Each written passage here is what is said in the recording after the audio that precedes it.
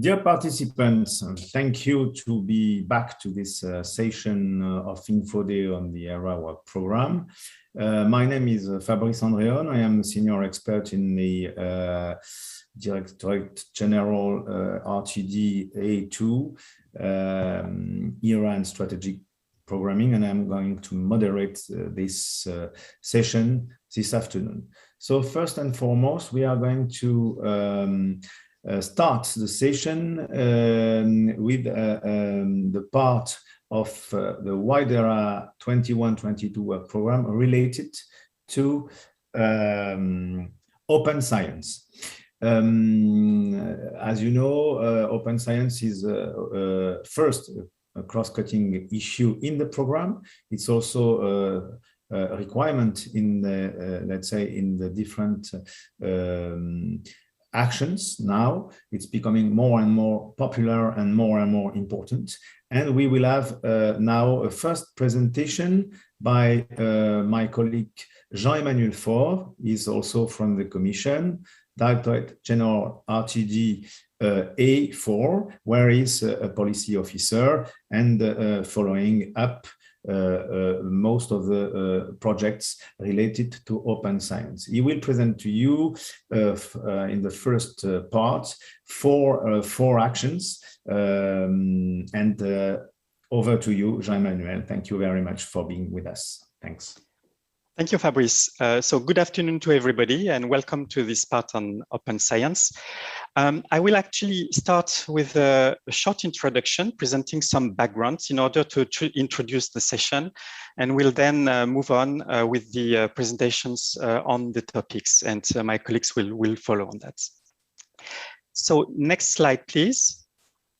I would like first to recall what open science consists of. Open science consists in the sharing of knowledge, data, and tools as early as possible in the research and innovation process. And it also consists in open collaboration with all relevant stakeholders, including citizens and society at large. And this slide indicates in more detail what open science practices are, and in particular, open science practices as defined under Horizon Europe. The practice of open science is about, first, a very important element, providing open access to research outputs, publications and data, but also softwares, models, workflows, algorithms, etc. A second practice is about early and open sharing of research, and taking one only example is the use of preprints. Another practice consists in some responsible management of research outputs. Another practice is about participating in open peer review. I will continue through the list quickly. Other practice consists in implementing measures for better reproducibility of research outputs. And last but not least, another practice consists in involving all the relevant stakeholders, all relevant knowledge actors, such as citizens, civil society, and end users, in the co-creation of research and innovation. This can, for example, to give an example, take the form of citizen science. Open science is actually a priority of the European research area and of Horizon Europe, having the potential to increase the quality and efficiency of research and innovation, having the potential to increase creativity, and also having the potential to increase trust in the science system. But I will come to this a little more with more details when presenting one of the topics later on. Next slide, please. Open science is the modus operandi under Horizon Europe. And with this slide, I would like to highlight how open science is implemented under Horizon Europe as an introduction to this session. First, open science practices are mainstreamed throughout the work programs, with activities that are expected in the various work program parts, and I will list the main ones. First of all, the clusters, the missions, and the partnerships include opportunities to support open science practices. And these opportunities will be, for example, societal engagement, citizen science, activities dedicated to fair data, or also activities dedicated to contributing to the development of the European Open Science Cloud, EOSC, or also activities that can contribute to better reproducibility of results. For example, in the work programs 2021-2022, a large share of the topics of the clusters suggest or request different forms of societal engagement. And also several of the topics suggest the practice of citizen science as part of the envisaged methodology. So this is the first point. Then the research infrastructure part supports the further development of the European Open Science Cloud, EOSC. The Marie-Sklodowska-Curie actions support the adoption of a culture of open science by the researchers. And we come here to a fourth part of the work program. The widening participation and strengthening the European research area part supports the adoption of open science practices in other parts of the program, as well as policy developments. And of course, this will be the subject of this session this afternoon. A second point I would like to make with this slide is that the criteria for evaluating research proposals under Horizon Europe take into account the quality and the appropriateness of the open science practices in the submitted proposals. Actually, open science practices in the proposals will be evaluated as part of the project's methodology under the Excellence Award criterion. A third point I would like to make here to list the main elements of mainstreaming open science in Horizon Europe is about the legal provisions in the grant agreements. The provisions under Horizon Europe strengthen open access rights and obligations for beneficiaries. Horizon Europe requires immediate open access to all publications, all scientific publications. This is one. Also, the provisions put more emphasis on responsible research data management, with in particular mandatory data management plans, so that data are fair, standing for findable, accessible, interoperable, and reusable. Last, here, data will be made as open as possible and as closed as necessary.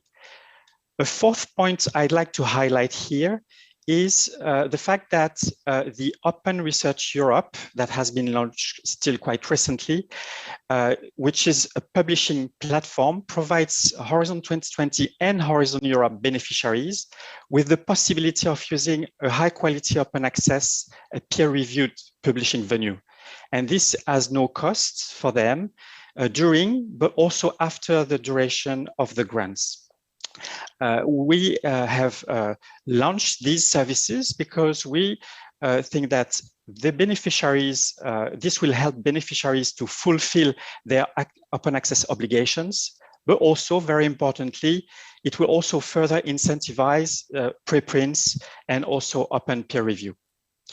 The last point on this slide I'd like to make is that project level reporting will be ensured of open science practices, and at the level of the program, the impact at the level of the entire Horizon program will be monitored through 9 key impact pathways. You have heard an introduction on this earlier this morning. Out of these 9 key impact pathways, 2 specifically address open science practices. So next slide, please.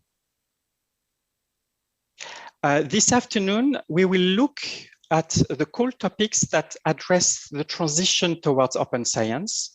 And in the next part of this session, we will also go over the core topics addressing citizen science and science communication.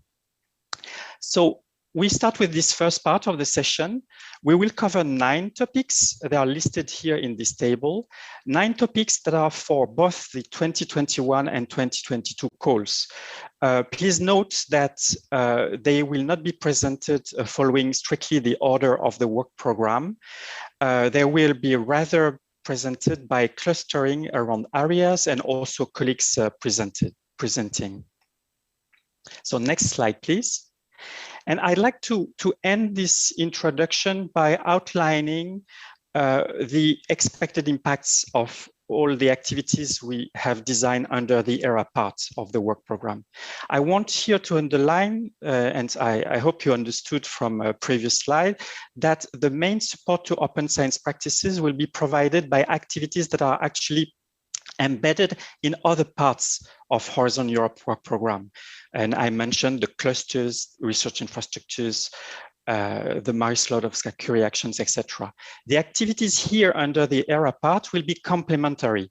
They will aim at improving the policies, improving the capacities, improving the skills, and raising awareness. So this is really the focus of this part.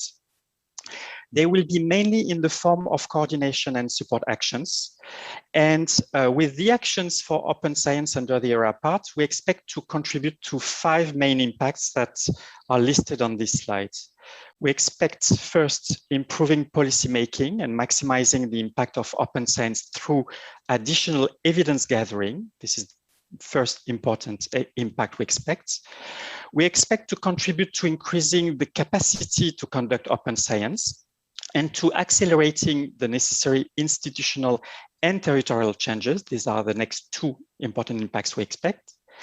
Then we would like to contribute to consolidated information, sharing of good practice, mutual learning, and piloting of new ideas.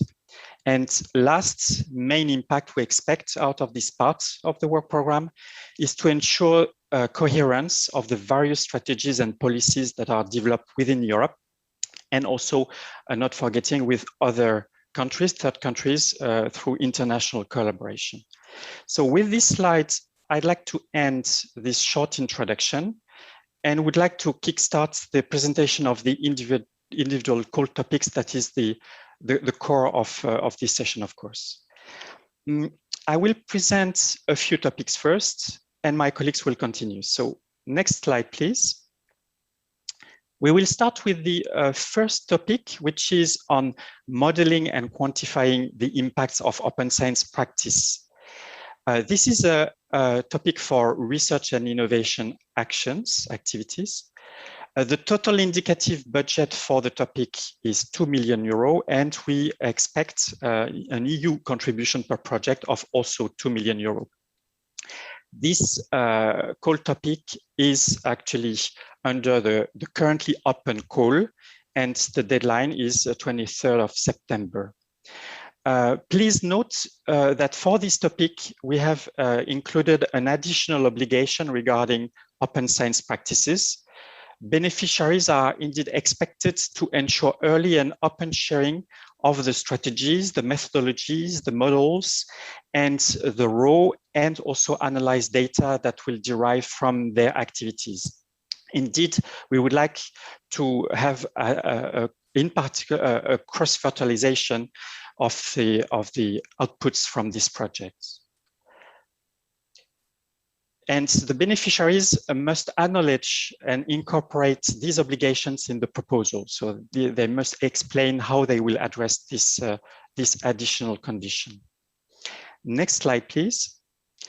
I would like to start presenting this topic by introducing the context. The context of the topic? And start with one question, which is the important question for this topic. Why do we want to mainstream open science practices? As mentioned in my introduction, we expect several types of impacts from the mainstreaming of open science. We expect impacts on the research and innovation system first. Indeed, if research results are quickly and broadly shared, if they are made reusable, if their reproducibility is improved, we expect a more efficient, more reliable, and faster R&I process. Also, if collective intelligence and cross-disciplinary research are stimulated, we expect more creativity and better responsiveness to towards the societal challenges. On a different level, on the interface between science and society, also, if all the relevant stakeholders, including the citizens and also the civil society and also the end users, are included in the R&I process, we expect an increased trust in the science system and also an increased transparency of the system. So these are the expectations, but there is a but. The evidence base on the impact of open science practice and how they develop, which is really important for this topic, remains quite fragmented and rather incomplete. Therefore, the design of this core topic. So what are the expected outcomes for this topic? The core topic is expected to structure and develop evidence on the diverse impacts of open science practices, first thing. But very importantly, it is expected that one of the outcomes from this topic will be a better understanding on how the impact develop. Indeed, this to improve on the longer term the policy making on open science. Next slide, please. And getting into a little more details on the scope of this topic, applicants are expected to review the existing evidence. Applicants will test and evaluate how robust and meaningful the existing evidence is. And here, proper consideration will be given to the many results from earlier framework program projects, notably projects from Horizon 2020, SWAF's program, Science with and for Society program. Applicants are expected to complement the existing evidence and develop scientific methodologies and models to capture impact. And this is where research and innovation activities could be involved in this topic. And applicants will consider in particular the impacts of open science practices on the reproducibility of research results, and also the impacts of involving citizens, civil society, and end users in research and innovation. The applicants will identify by which causality and mechanisms the impacts develop, notably in order to inform further policy development, as I indicated earlier, as this is an important expected outcome from this topic. And last here, it is also expected that cost-benefit analysis of open science practices would be performed by the applicants. I will move now to next topic. So next, yep.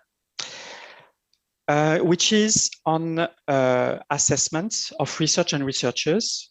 The topic is to support changes in the assessment of research and researchers to reward the practice of open science. This is a topic for coordination and support action. The total indicative budget of this topic is €2 million for an expected EU contribution per project of also €2 million. And again, this topic is included in the currently open call due to end close on 23rd of September. Next slide, please. Why this call topic? I will give you here some contextual elements. The current assessment system of research and researchers is largely based today on the quantity of publications in journals with high journal impact factor. And we know that this is a wrong proxy for quality of the work. The research assessment system should instead support creativity, quality, and impact. And it should also contribute to building trust in the science system. So a reformed assessment system that would consider the value and impact of a diversity of research outputs, a diversity of research cultures, and a diversity of research tasks, not just publishing. A system that would reward teamwork and open science practices such as open collaboration, early knowledge sharing, and also societal engagement. And such an assessment system of research should constitute one of the components of a broader academic assessment system that also appropriately rewards other tasks like teaching, leadership, entrepreneurship, etc. The Open Science Policy Platform identified changes to research assessment as key to mainstream open science. Also, the Commission communication of 2020 on a new European research area for research and innovation identifies the reform of research assessment as a priority. Also, I'd like to underline here that the corresponding Council conclusions of 2020 on the new era, as well as the more recent Council conclusions of May this year on researchers' careers and working conditions, they invite the Commission, member states, and stakeholders to work together on reforming research assessment and moving towards a modernized system that in particular rewards open science practices. We know that in Europe and elsewhere in the world, a few institutions are taking steps to reform assessment, research assessment, including some universities.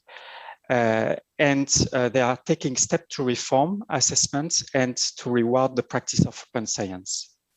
So on this basis, we have designed this core topic to first consolidate information on initiatives to reform research assessment and facilitate mutual learning. And importantly, to pilot new metrics, new methods, and institutional changes. On the longer term, we expect out of this topic that this will foster the development of an assessment system that rewards open science practices. Next slide, please. So getting now into more details on the scope of this topic. This topic is expected to first support the sharing of information at European level across institutions and umbrella organizations, also building on existing initiatives, like, for example, registries of research assessment practices that are in development or exist currently.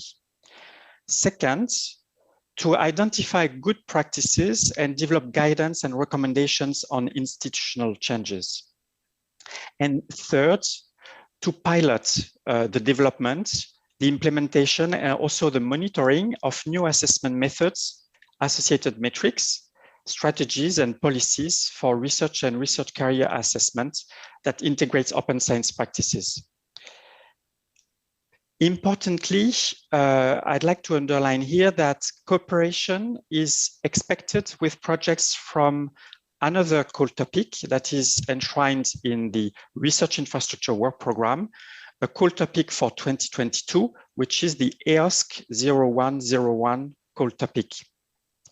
This other core topic for research and innovation actions is, as I said, under the research infrastructure part, and it will support the development of EOSC federated services and tools to gather and monitor data on the use and uptake of research outputs. And such tools and services are essential to collect the information to be used for developing new generation metrics, together with qualitative indicators in an assessment system that would reward, valorize open science. So these topics have been designed in a complementary manner, and it is expected that there would be cooperation. I will stop here with this topic and move to a third topic I will present. So this topic is not a topic for this year call, but for next year, and is aiming at increasing the reproducibility of scientific results. Here we have designed a research and innovation actions topic with a total indicative budget for the topic of 4 million euro, while we expect that the EU contribution per project would be of 2 million euro. The deadline, as I mentioned earlier, will be next year for the call of 2022 in April, on 20th of April.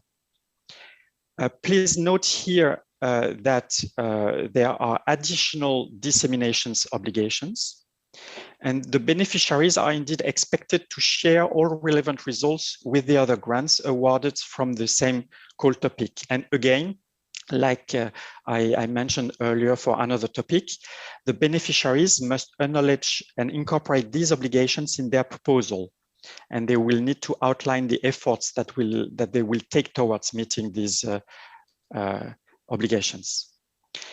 Indeed, we would like that the different projects that are likely to be funded under this core topic can interact and exchange on their outputs. Next slide, please.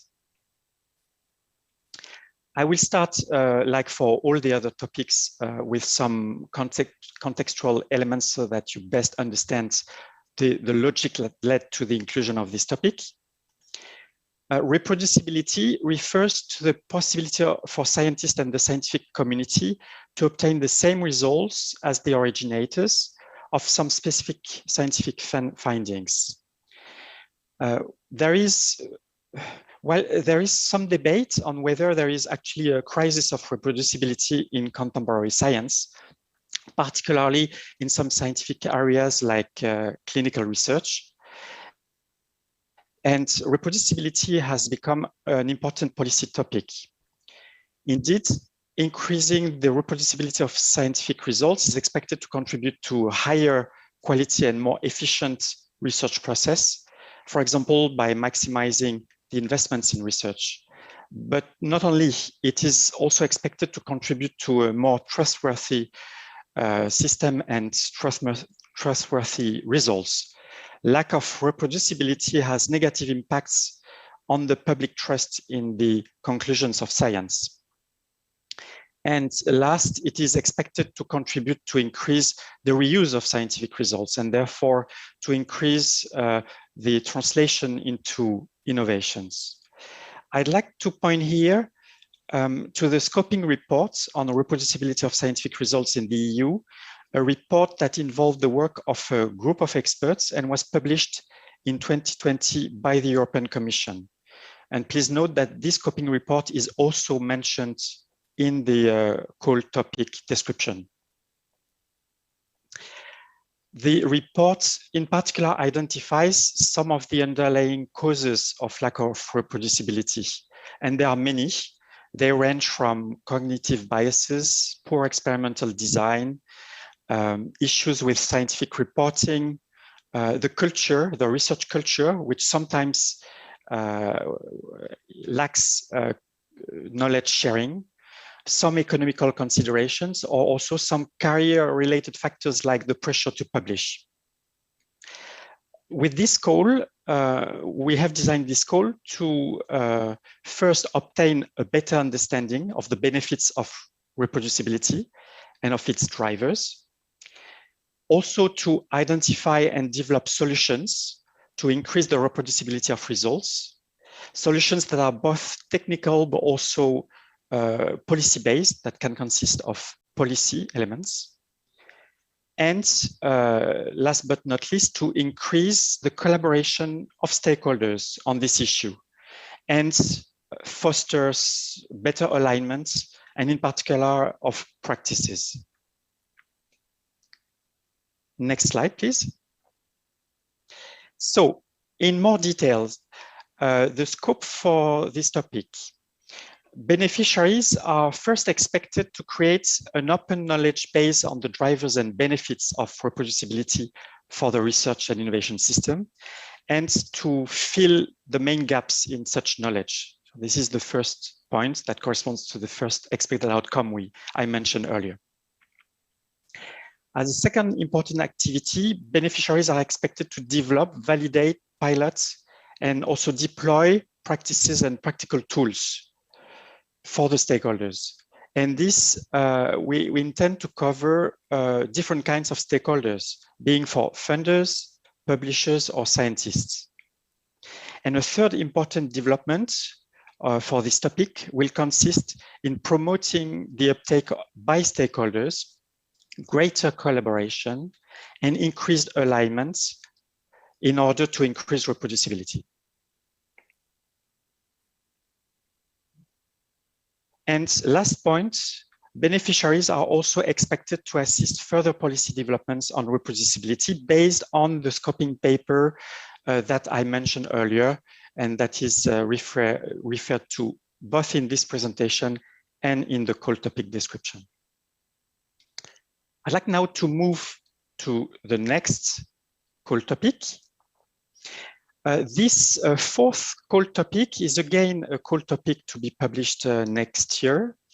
It is about developing and piloting training on the practice of open and responsible research and innovation. Here, this is a call topic for coordination and support actions. The total indicative budget for this topic is 3.5 million euro, which corresponds to an expected EU contribution per project of also 3.5 million euro. The deadline will be 20th of April, 2022, like for the previous topic. And here, I'd like to point to one additional dissemination obligation. Beneficiaries here are expected to disseminate policy recommendations aimed at relevant research institutions and levels of governance. And this, again, like for all previous obligations I mentioned, must be both acknowledged by applicants in their proposal and also incorporated in the proposal. And beneficiaries are expected to outline how they want to implement this. Next slide, please. So some contextual elements about this topic. With the mainstreaming of open and responsible research and innovation, researchers need to acquire or strengthen a broad range of skills. And this concerns many different aspects. First, some skills to avoid various forms of bias for ensuring inclusion and non-discrimination, or skills in relation to integrity, which is one first group of skills I would present here. Second, it concerns skills for data management along the FAIR principles and for reproducibility of research results, but also for the dissemination and for the further exploitation of research results. And third group, it also concerns skills to engage and work with multiple disciplines, work with multiple actors from academia, from industry, from public authorities, from civil society. And also, part of this, to communicate science and research results in the media and also to policymakers. And with the COVID-19 pandemic, we have seen how much this last set of skills is important on communication. It is important to outline here that these skills are needed at all stages of research careers, therefore the scope of this topic, from undergraduate onwards, including as part of the doctoral training. The outcomes that we expect for this call topic are the following. First of all, again, like you have seen in several other topics presented previously, to consolidate evidence, consolidate information data on researcher training for open and responsible research and innovation. Then on this basis, to develop and pilot high quality trainings, in particular that would fill gaps in what is currently implemented. And also to develop a platform that can facilitate mutual sharing of information, recommendations, tools, etc., but also recommendations to authorities and institutions that are in charge of training. And on the next slide, please, I'd like to give a little more information on the scope and what is expected in terms of activities. These actions consist of 3 parts, and the call topic is structured indeed with 3 parts. All 3 parts must be addressed by the applicants. As concerns evidence on training, applicants are expected to consolidate existing evidence, to consider good practice, and to identify gaps in practice in the European research area. When it comes then to a second part, the second part will consist in developing trainings, piloting to a significant number of students and researchers, and then, very importantly, to evaluate the outcomes of these. And the third block of activities concerns activities related to the development of a platform for knowledge exchange, for guidance, for further training development, and also for policy recommendation. Important to point here that developing sustainability of the platform beyond the lifetime of the project funding will be an important task for a project selected under this topic. And I stop here with this topic. I thank you for your attention. I will now hand over to my colleague, Carlos Cazorran, to present the next topic, and the other topics will be presented further by other colleagues. Thank you. Thank you, Jean-Emmanuel, for your presentation. First, on the general approach that you have recalled in the research field, but also as open science as a cross-cutting issue. And well, now we are going to go on with the presentation with Carlos Cazorran. Is also a policy officer in DG RTD A4, also in charge of open science in the unit Competence. So Carlos, please, if you can start. I just a short reminder, we are a bit ahead of schedule, so we have to catch up a bit with the time. So please, if you can stick to the, let's say, to the dedicated time for your presentation. Thank you very much. Thank you, Fabrice. Good afternoon to everybody. I will present the topic Horizon Wide Era 2021 Era 0141, Global Cooperation on Fair Data Policy and Practice. Projects funded under this topic will be coordination and support actions. The indicative budget for the topic is 2 million euros, and we expect to fund 2 successful projects of around 1 million euros each.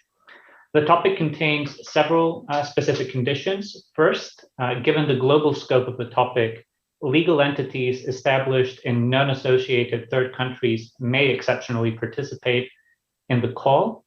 And we have 2 additional conditions for which I would like to give you some context. So as you might be aware, the European Commission launched in June the European Co-Programmed Partnership for the European Open Science Cloud as an important instrument to mainstream open science and increase the uptake of the FAIR principles of findability, accessibility, interoperability, and reusability. And the partnership, through its strategic research and innovation agenda, establishes the roadmap of activities at European level towards setting up an operational EOSC. And it is responsible for the monitoring of the activities that contribute to the strategic goals. So it is within this context that the following 2 additional conditions are included in this topic.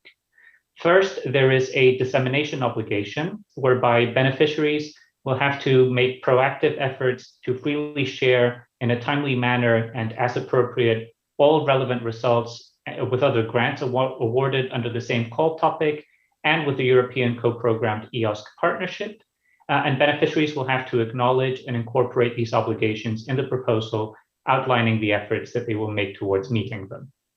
And second, there is an exploitation obligation whereby beneficiaries will have to make relevant results generated in the action available for reuse through a well-defined mechanism to the partnership. So beneficiaries will also have to acknowledge and incorporate these obligations in the proposal. As for the timing of the call, submissions have been open since June 22nd, and they will close on September 23rd. Next slide, please. So to understand the context in which this topic arises, we have to better understand some of the challenges that we're currently facing. First, science has become much more data intensive, and data generation continues at an exponential rate. So there is an increased awareness of the benefits of the FAIR principles for data as a tool to efficiently manage the overabundance of data. And efforts to mainstream and take up the FAIR principles are currently fragmented, and communities evolve at different speeds. And while we see some progress with respect to findability, accessibility, and reusability, interoperability of data remains a big challenge, even within the same community, let alone across disciplines. So the FAIR principles were originally designed with data in mind, and there are ongoing efforts to extend the principles beyond data to other research outputs, such as software, workflows, protocols, and so on.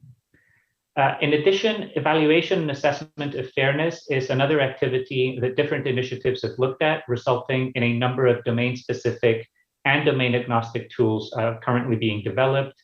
The Fair Data Maturity Model within the RDA provide a baseline through which specific indicators pertaining to the fair dimensions on which assessment methodologies can then be built. So we expect projects to be able to contribute to the following outcomes as expressed in the topic text. First, research is a global endeavor and is therefore not constrained by geographical borders. So there is a need to help the uptake of fairness happen at a global scale. There is also an increased need to be able to map and align best practices across communities and borders, supporting communities, in particular those that advance at a lower rate. And fair data sharing is an efficient way of increasing research productivity and enhancing the reproducibility of research, as well as a tool to tackle global challenges as we're currently seeing under the COVID-19 pandemic. So this is a practice that must be fostered. Next slide, please.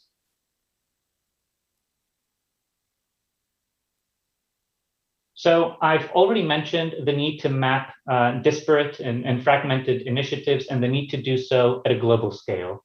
Another very important challenge is that of interoperability. And across the board, interoperability of data is an unrealistic target. So there's a need to identify use cases or case studies where targeted interoperability brings an added value.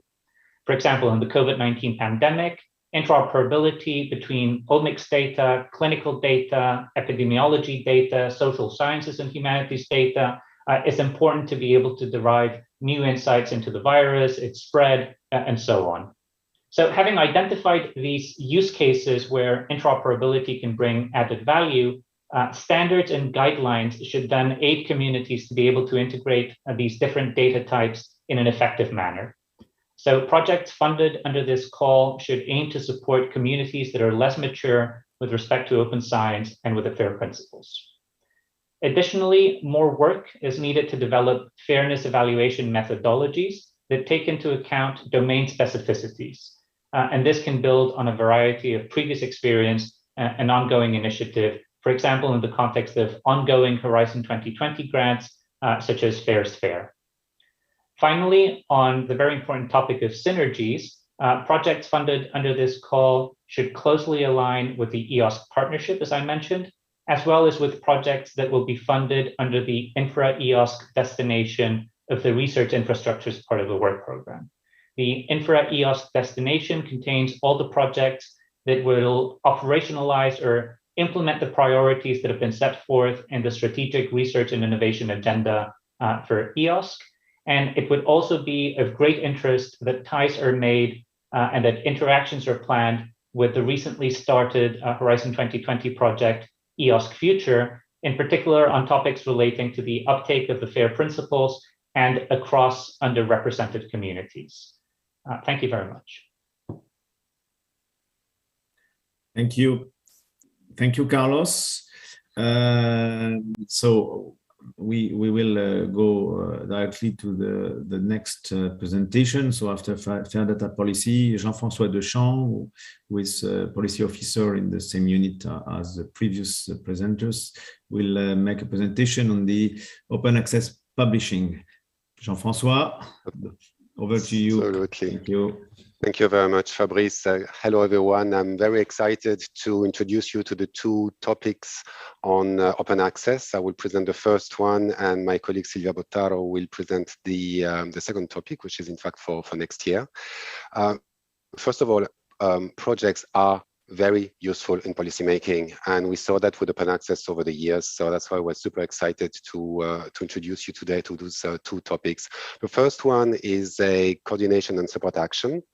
It's about €3 million, so it's quite a reasonable amount of money, and we think we can fund one proposal. And there's no special condition. The timing is very short. We know it's a summer, but we thank you for the efforts that you might be already making for presenting something interesting. With the next slide, we'll give you a little bit of the context and the expected outcomes. Context is quite easy, and I think nothing will take you by surprise. It's about open science now everywhere, and some requirements for open access that are always more stringent from not only from funders like us in Horizon Europe, for instance, but also certainly from some research performing organizations themselves. So all that is creating an increase in the demand for open access publishing services. And what we are looking at now is not necessarily the traditional open access publishing venues, but those that are new, more recently established, and in particular supported by non-for-profit institutions. So when we talk about institutional open access publishing, I think you can have the same interpretation as when we talk about institutional repositories, for instance. So this this new way of publishing results is challenging the habits of academics, and not only, also research funders, for instance. And this is challenging also the idea of the prestige of the publishing venues, and sometimes those new venues are not recognized as established yet.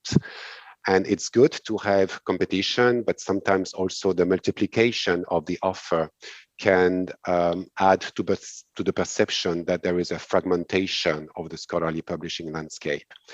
We also wanted to say that we all speak English, that for most of us is a foreign language, and it's the same also for academics and for researchers. So some issues might also arise when we are not talking about the English language, and this is something that is also to bear in mind in this topic. The expected outcomes, we highlighted 4. First one is quite easy, comes quite naturally. It's about improving the understanding. This is all where we start usually with a CSA of the current landscape of what is institutional scientific publishing activities across Europe. The core of the activity is certainly the coordination of institutional publishing services and initiatives at, let me underline this, the non-technological level. I can say in a couple of minutes more about technological level. And basically, yes, improve the overall service efficiencies, and again, having also in mind, when necessary, a multilingual environment. Because open access / open science is also very important in terms of policy, in particular in the European research area, we welcome some recommendations, possibly actionable. And last but not least, it's also part of open sciences practices to look at issues of diversity, but also equity and inclusivity. With the next slide, we will see the scope of this topic. So naturally,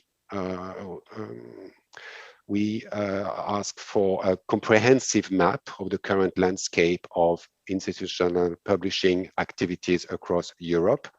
Comprehensive doesn't mean necessarily exhaustive, but comprehensive, something that makes sense also with regard to your project.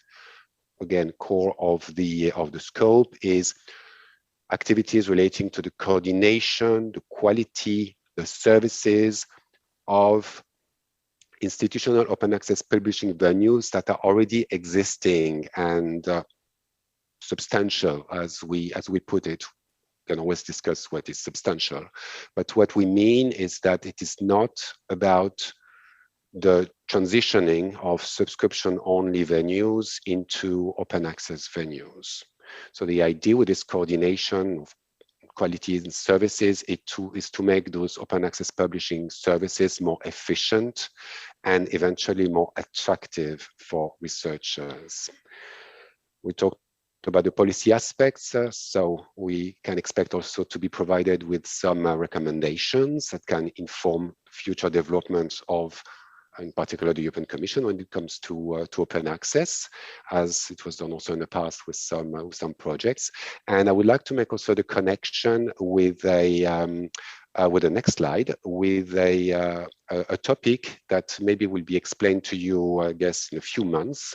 It's about horizon infra. So you might not be aware of this, so we would like to invite you also to have a look at that work program, because there you will see a topic which is, as you see here, AOSC 0102, called Technical Infrastructure for Institutional Open Access Publishing. So this topic that will be explained to you in a few months focuses on the technical aspects. So there is a cross-reference between this topic,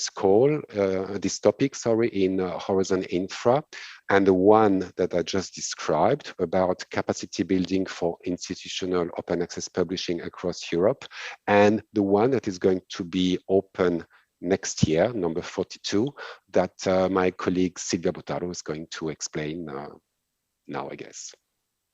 Thank you. Thank you, Jean-François. Thank you for also highlighting the synergies with other calls like the infrastructure ones. I think it's very, very important for to break the silos between the different departments of the Commission and to show that we are cooperating at all levels. So now maybe I hand over the floor to Silvia Bottaro. She is a colleague with a legal officer in RTD A4, Open Science Unit, and she will present an action supporting the development of aligned policies for open access books and monographs. Please, Silvia, the floor is yours. Thank you very much, Fabrice. And as my colleague Jean-François said, I'm going to present the second topic in the area of open access. So the ERA 0142, supporting the development of aligned policies for open access books and monographs. This action is also a coordination and support action. The budget foreseen for this topic is €2 million, and we expect to contribute, the contribution for each project to be €2 million. So we expect to fund one project under this topic. As you can see, under the call conditions, actually legal entities that are established in third countries that are not associated to the Horizon Europe Framework Program can participate and are eligible to participate in this specific topic and call. The call is opening on 19 January 2022, so it's a topic for 2022, and the deadline is 20 April 2022 to apply. Next slide, please. So I'm going to explain what is the context for this call, the rationale, why we have it, and also what are the expected outcomes of projects. So, of course, open science is relevant for all disciplines, and also we want to support the transition to open science, that it's really inclusive of all fields of science.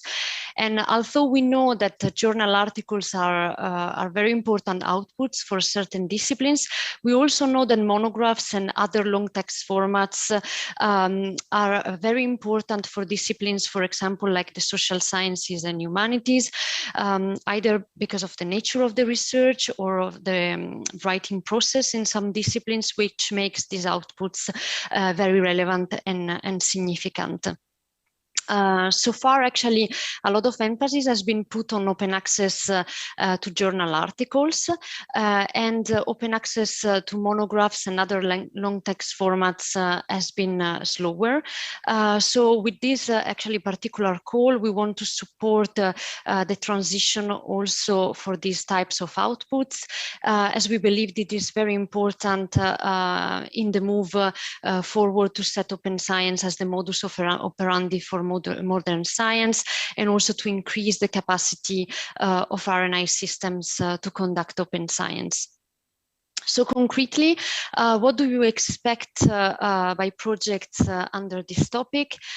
So actually projects are expected to increase the understanding of the current landscape of scientific book and monograph publishing in the different fields of science where it plays an important role. And in particular as well, we would like to improve the understanding of what are the bottlenecks that prevent to put strategy and policies in place for open access to these types of outputs. We also would like that projects under this topic help to support alignment and coordination of policies and strategies, not only at funders, but also at institutional level. And this is really important, again, to foster a culture of open science in the European research area. And finally, another important expected outcome is, of course, to increase the equity, diversity, and inclusiveness of open science practices. Next slide, please. So the activities that we expect projects to undertake under the calls and these topics is to provide, of course, a clear picture, as I mentioned, of the major bottlenecks in the development of policies and strategies for open access to books and monographs at funders, but also institutional level. As I mentioned, an important outcome is really to support alignment and coordination of such policies and strategies among funders and research institutions within Europe, but also potentially beyond Europe. And that's why this specific call and these specific topics open up to the possibility for legal entities from third countries non-associated to the Horizon Europe Framework Programme included. Another activity for the project under this topic is to collect and share existing good practices, which can really help institutions and funders in setting up policies and strategy for open access to books and monographs. So how good practices and that are existing can help in the development in moving forward with developing such policies and strategies. And finally, also we would like to see under this call that there are some actionable evidence-based recommendations that can be provided and that can inform future policy developments in this area. And this should also be accompanied by some relevant resources to action these recommendations. Final note is that the action we foresee to be no longer than 24 months, so it should be completed within the frameworks of 2 years. So this is for this topic, and I hand over to the next colleague presenting. Okay, thank you, Silvia, for presenting us this action, which enlarged a bit the scope of the scientific publication to the books and the monographs. Now, as we are a bit late, I'm handing over immediately to Michael Arentoft, who is also a colleague from policy officer in the unit RTDA4, and also one of our specialists in open science. So please, Michael, over to you. Thanks a lot, Fabrice. So this topic is about research and innovation into societal trust in science research and innovation. This is a topic where we are investing 2 million through this work program. Next slide, please. So we've seen that trust of society in the system, in the processes, in the outputs of research is absolutely essential when we want innovation to be financed, taken up and applied. For instance, in the context of achieving the SDGs, the Sustainable Development Goals, or the objectives of the European Green Deal. Trust depends on many things. It depends on researchers' standards of research integrity and ethics, on their level of critical thinking, of their methodological rigor, on their openness and transparency in the way they do research, on their desire to maximize societal relevance, robustness, the quality of the results they produce, and of course, also on the policy environment in which their institutions to which they belong operate. In many cases, trust also depends on the degree to which citizen and civil society are involved in the R&I processes themselves. Why is that? Well, since such involvement often makes the research more relevant and more responsive to society, and also as it very often strengthens the co-ownership in what comes out of the process in terms of scientific evidence or innovation. But in reality, not all research is conducted with sufficiently high standards. Rules and guidelines are sometimes missing or ignored. We see methodological limitations, inappropriate statistical analysis, apparent self-interest or biases, research protocols and raw data that are not always published, and often only significant results are published. And all of this can have serious implications. Research that cannot be reproduced, research that cannot be built upon, research that is of limited direct relevance to potential end users, or research that is not conform with societal needs and values. So how can this action help? What do we want to see as outcomes? In the short term, we need further concrete recommendations for tackling societal mistrust in science. We need more advice for strengthening the societal involvement in creating research outcomes. And we need more suggestions for spreading good practices and evidence of the effects of this. On the longer term, our interests are, of course, to increase the public trust in science and to better align the research with the societal needs and beliefs. Next slide, please. So what concrete activities would we expect to see in a proposal for this topic? First, we would expect to see the organization of a series of expert workshops, small-scale studies, participatory research actions. Secondly, out of these activities should be extracted new and more robust evidence and analysis for everybody to better understand the nature and the scale, both of the sources, but also of the consequences of mistrust of society and science, and also to better understand the challenges of science-society co-creation of research outcomes in general. And third, this improved understanding should then be delivered as a basis for further policy action, be it in the form of guidance, recommendations, and of course, this communicated in a professional way to the community as such and to policymakers. Overall, we expect the action to involve a broad range of stakeholders, users, the general public, and that it takes into account existing knowledge out there. So for instance, from relevant Eurobarometers or from national science barometers, and of course also from relevant projects, be they at national, European, or worldwide level. Thank you. Back to you, Fabrice. Thanks.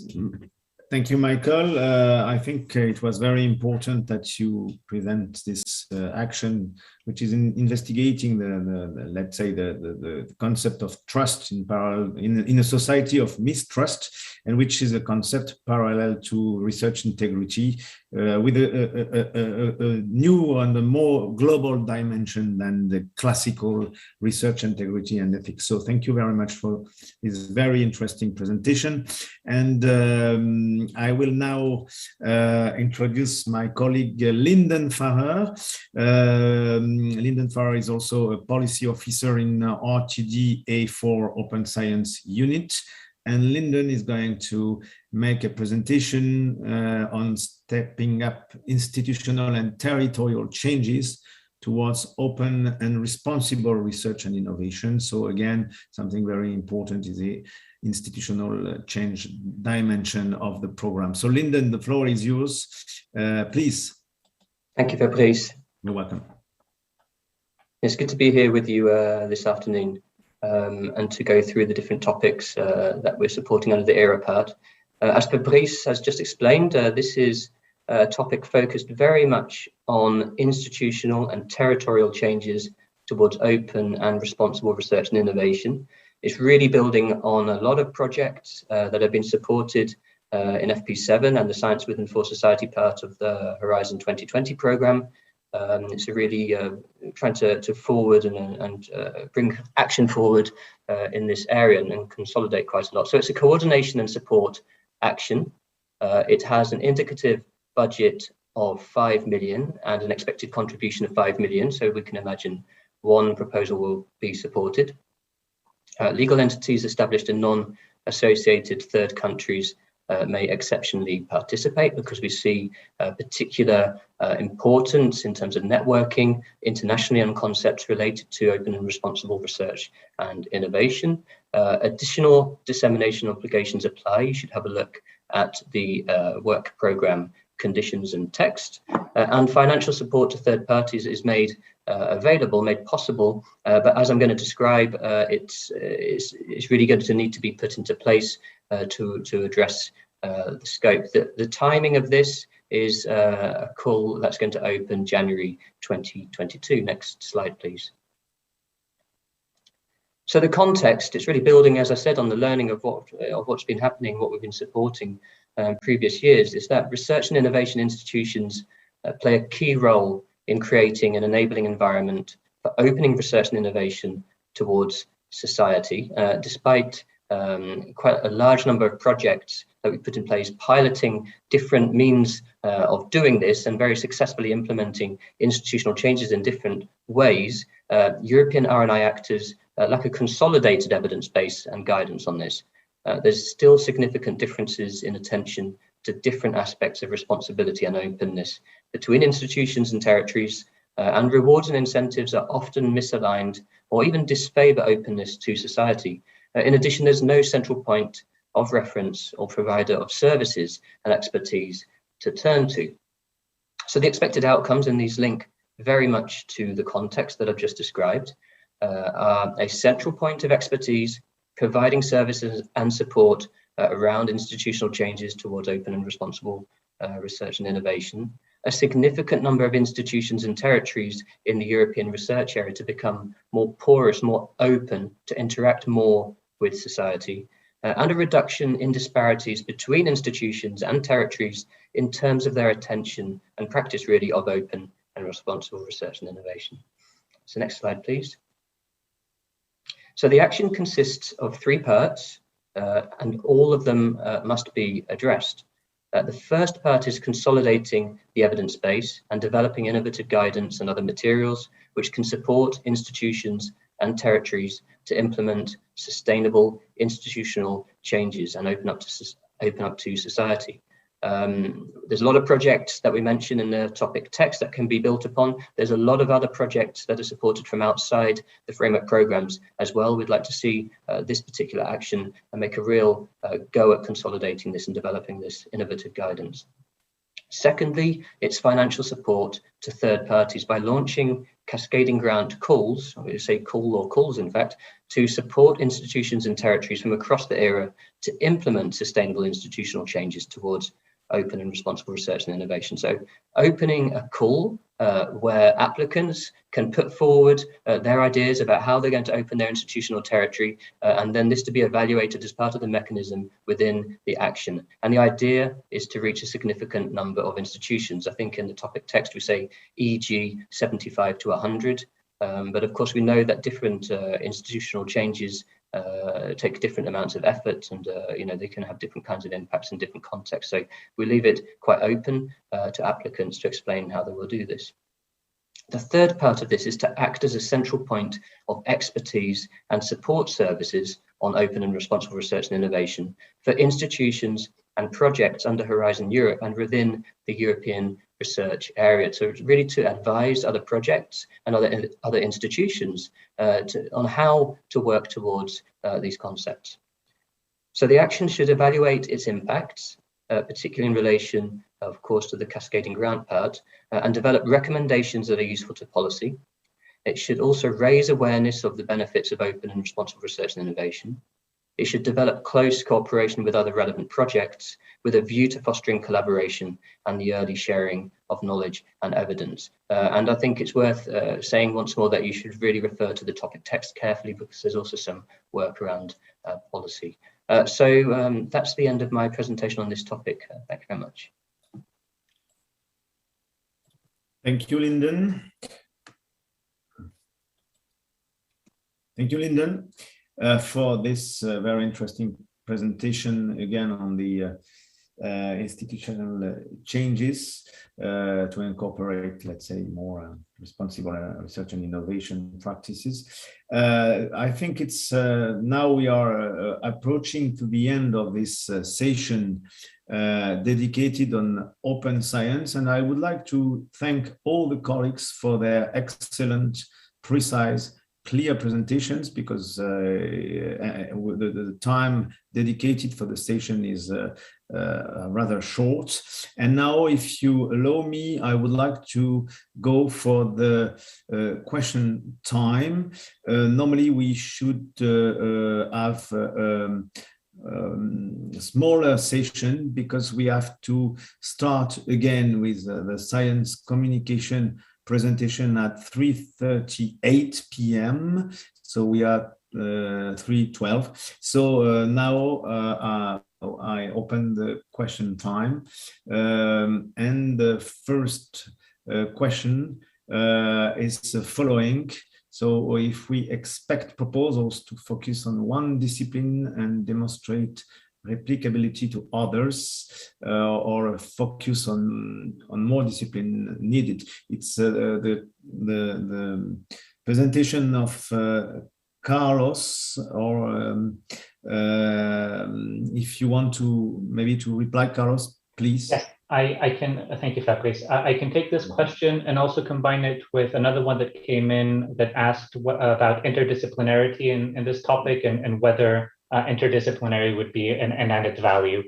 And of course, the logic, the rationale behind this topic is to target single disciplines. So to fix the discipline dimensions, the discipline dimension, and then to do the analysis across borders on a global level. So this is complementary to other initiatives that have focused more on a geographical level, such as the EU, where the focus was more on across disciplines. So the idea with this topic is to target disciplines in a more granular fashion and to be able to mainstream the FAIR principles, taking fully into account the discipline specificities. So this would be the main focus, but as explained in the slides, case studies could also tackle cross-discipline interoperability. In fact, this would be an added value that we would like projects to tackle. And as we indicate in the topic text, interoperability standards at discipline level first, and then across disciplines are an essential catalyst to foster interdisciplinary science to tackle the global science, the global societal challenges of our age.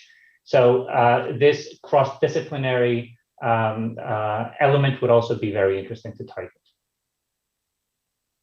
Thank you, Carlos. So we have a second question. Dealing with first open science. So how is cooperation with other IOSC infrastructure call expected to be realized? So maybe Jean-Emmanuel, would you like to reply to this remark or to make a comment? Actually, Carlos Cazaran will also reply to this one. Okay, thank you, Carlos. Could you also make the comment, please? Yes, absolutely. So as I mentioned, the calls under the infra-EOSC destination will aim to operationalize the priorities that have been set forth in the EOSC SRIA. And in the infra-EOSC destination, we will see coordination and support actions on topics related to skills and training and on FAIR, with a focus on enhancing the fairness of training materials across disciplines, and for example, on aligning metadata standards, promoting the use of persistent identifiers, and so on. So a willingness to openly engage in sharing and aligning efforts so as to minimize redundancy and build on previous experience and lessons learned are all very important elements to enable the vision of open science simply being or becoming the modus operandi of the scientific practice across Europe and beyond. So in addition, as I mentioned earlier, the EOSC partnership is also expected to play a very key role as an overseer of the activities that are to be carried out in order to point to synergies and avoid that work is being carried out in silos. So this is why the FAIR topic in this work program includes additional conditions, as do the topics in the infra-EOSC destination, to ensure that this flow of information between the projects and the EOSC partnership happens regularly so that synergies can be exploited. Okay, thank you, Carlos. One additional question on responsible research and innovation, RRI. So the participant asked or make the following comment. RRI has been of major importance in H2020 SWAFs. In ERA calls, it is mentioned in 2-3 topics only. I think it's a bit more, but okay. Is RRI less important in Horizon Europe, more focus on open science. I think general comment that RRI remains something very important, and it's let's say you find it in different topics as already said, and there is a focus on open science now. I'm not sure we can weight them, but maybe I will hand over the floor to Lyndon, who is probably our best specialist in responsible research and innovation in the World Commission services. Thank you, Fabrice. Well, in fact, I mean, RRI is explicitly mentioned in 5 topics in this work program. But as Fabrice has said, I mean, RRI is written into the legal text. It's something that remains important for the program. The emphasis has moved from mainstreaming this, which is basically seeing some attention within different parts of the program, to seeing this operationalized throughout the program now. For instance, engagement, which includes co-design and ethical reflection, and these kinds of activities are evaluated as part of the excellence criterion under the methodology, for instance. So, you know, I think we're moving on from what we did in Horizon 2020, and we're focusing on those areas in the ERA part where we can really add strategic value, where there's some strategic support needed. But in the other parts of the program, you're seeing on operationalization of RRI. So I think there's a lot for previous beneficiaries of RRI focused projects to be looking at in this program as we move forward. Thank you, Lyndon, to highlight the, let's say, the continuity of RRI with the mainstreaming and the let's say make it more operational across the program. So on RRI again, there is one comment or question. RRI topic expects 100 individual institutional changes for beneficiary organization altogether. Is it correct? So it's linked to the one of the action, I guess the one that you have presented, Lyndon. So please, if you could reply to this comment. Of course, yes. It's this is a good question, and of course it relates to all of the different beneficiary organisations. I mean, you could imagine that there will be, for instance, several waves of calls for proposals, and in those out of those beneficiaries that receive cascading grant, one beneficiary might implement 1 or 2 changes, another might implement 10, another might focus on just doing 1. You know, it really very much depends, but indeed this for instance 70 to 100 individual institutional changes is for the whole package. It's not, you know, not any other way of counting it really. So yeah. Okay, thank you, Lynn. Sorry, I have a problem with my mic and video. So there is also one comment on how specialized can citizen science project be. Well, I would take this question for the next session, Lyndon, as you are going to make an in-depth presentation on the 3 citizen science topic after this question time. So we, if you allow, we could put this question in the fridge and take it back after that. Let's do that. Okay? Let's do that. So there is also a question now on application and evaluation forms. Do not mention interdisciplinarity. The focus on both STEM and SSH could be an added value or a requirement. So maybe we could ask this to Jean-Emmanuel. Would you like to reply to this question, even if you are not our specialist? Actually, the question relates to one specific topic, which is 41. So 41. Carlos will. Okay. Sorry. And actually, there are 2 questions on 41. So I suggest to pull this. So maybe Carlos could reply to the first part, I guess. And for the STEM SSH, well, maybe Karen, I don't know if she's there for the STEM part and SSH part. Maybe Lyndon could also give part of the reply. So maybe first, Carlos, if you can reply for that. So I already provided a reply earlier to both of those questions that relate to the interdisciplinarity in the FAIR topic, and I mentioned that indeed it would be an added value as mentioned in the topic text. The focus should be on discipline level interoperability first, and then across disciplines. So yes, it would be an added value as the participant asks. Okay. Would you like me to come in, Fabrice? Yes, maybe Karen, if you could give, let's say, a comment on the, let's say, STEM.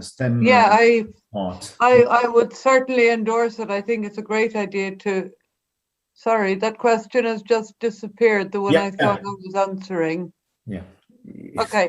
I would certainly endorse it, and I think we've discussed in the past trying to get science education more mainstream in the proposals. And although we haven't succeeded yet, it's certainly a huge advantage to do so, in my opinion. Okay, thank you very much for this comment. Any additional comment on this question from the Commission side? No? Okay, I think it's more or less a complete reply to this. So the citizen science aspect is moved to the next session, and we keep it for Lyndon after his presentation, which is a subsequent to this discussion. So I guess we have closed all the questions. So I would like to thank all of you, because it was let's say a difficult exercise with a lot of actions to present in a very small dedicated time. So thank you to all of you.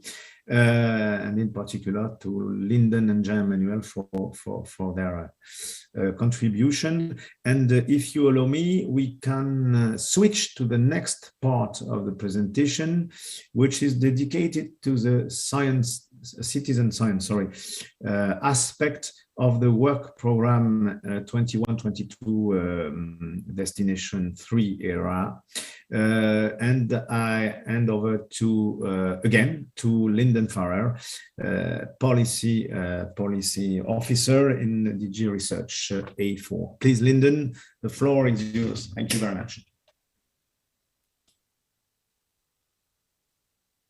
Sorry, I was muted. Yes, so I'm going to go through the different topics related to citizen science and science communication, both of which, both parts really building on what we have done before, significant efforts in the Science with and for Society part of the program, but also elsewhere as well. So if we go to the next slide.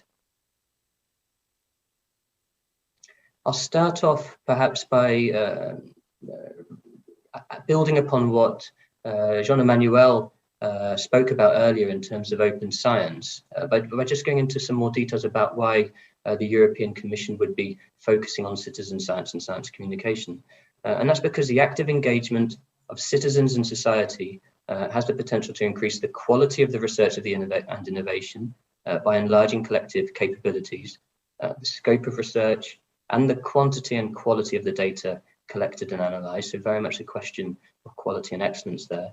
It can also increase the relevance and the effectiveness of research and innovation by leveraging vast societal capabilities. And it really makes no sense that there are, a lot of people out there, lots of different parts of society that are, really keen on getting involved in the scientific process or learning more about science, and either systematically or by chance ignoring their needs. So, by opening up our actions to them through open science and putting in place dedicated citizen science and science communication actions, we help open up to this capability. We also ensure that the processes and the outcomes of research and innovation align with the needs, expectations, and values of society. And we can reduce the time to market of new products and services. So it's also a question about getting good value for public investments, really. Finally, it can improve transparency, trust in research and innovation, and improve science society literacy. And so this is something that's really come to the fore in recent years. We've had the climate change debate. There's still a debate about this, We've had a COVID crisis the last few years now. You know, this science-society relationship is absolutely crucial if we're going to be able to step up to the many challenges that we face. So these ERA part actions build on considerable supports put in place in Horizon 2020 related to responsible research and innovation, often taking place in the science with and for society part of the program. And in terms of citizen science, the ERA part actions will be building on a portfolio of actions that have been exploring and supporting citizen science, demonstrating across lots of different disciplinary areas and different thematic areas how citizens can directly become involved and contribute to developing new knowledge and innovations. And I think we have some real beacons in the science with and for society part, which are there for to really show off and to make the most of, because they're doing some very interesting work. In addition, we've put in place supports to build capacities and networking around the issue of citizen science.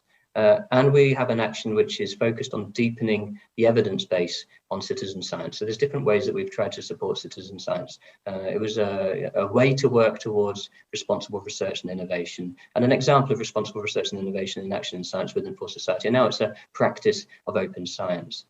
In terms of science communication, the ERA action will build on a portfolio of actions which are currently still there. They're still active projects that are exploring and supporting science communication and developing toolkits, better methods, deepening the evidence base. They're really tackling this in a very bottom-up kind of manner. And we really want to build on this and consolidate this and move forward. So if we go to the next slide, please.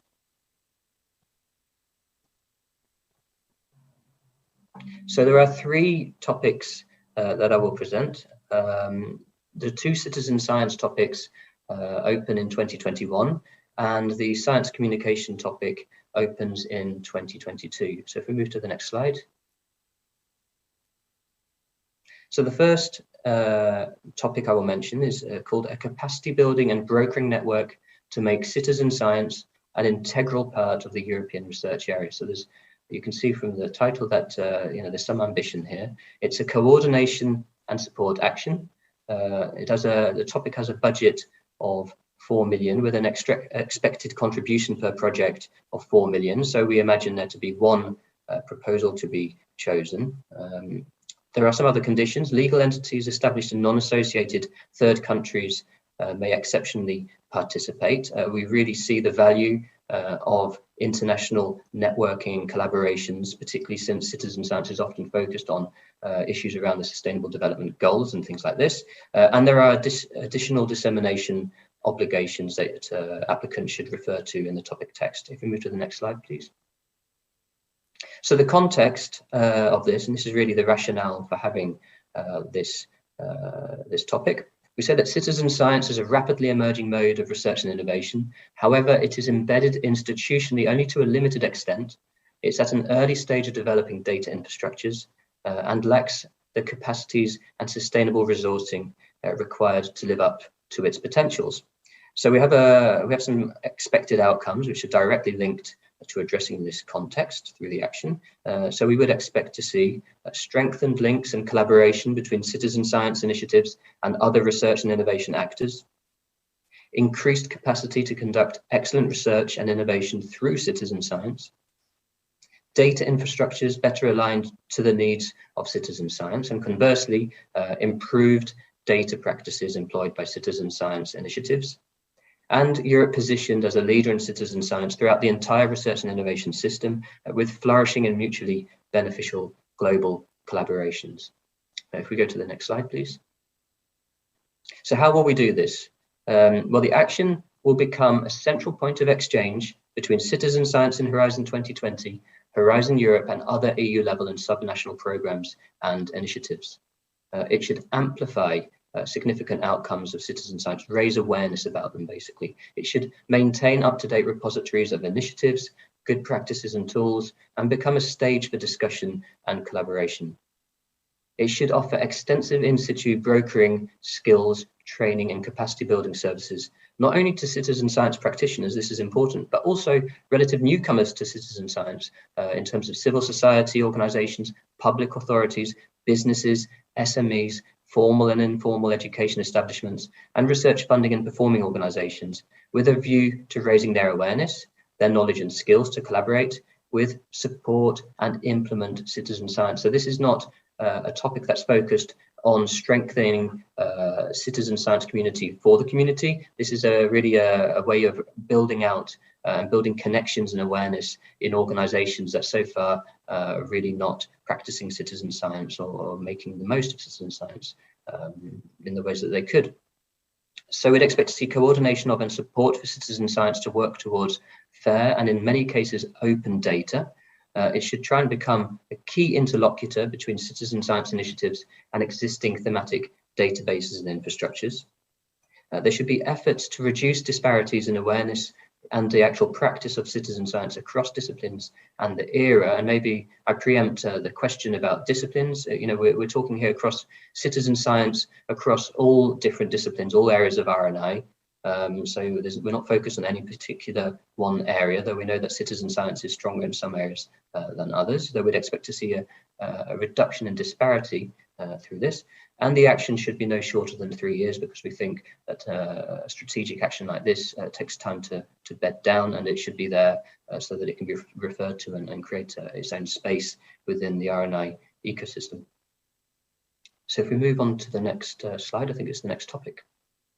Yeah, this is the second citizen science topic, launching, it's already launched in fact, with the deadline later this year. It's called Supporting and Giving Recognition to Citizen Science in the European Research Area. It's again a coordination and support action. There's a total budget for the topic of 5 million, with an expected EU contribution of 5 million. So we expect one project to be selected. There are additional dissemination obligations. Basically, these are around sharing and collaborating closely with those other projects that are supported by topics that have these same dissemination obligations. So this is something that we piloted in the Science Within for Society part of the program very successfully, and something that we continue in this era part. So please have a look at those obligations carefully.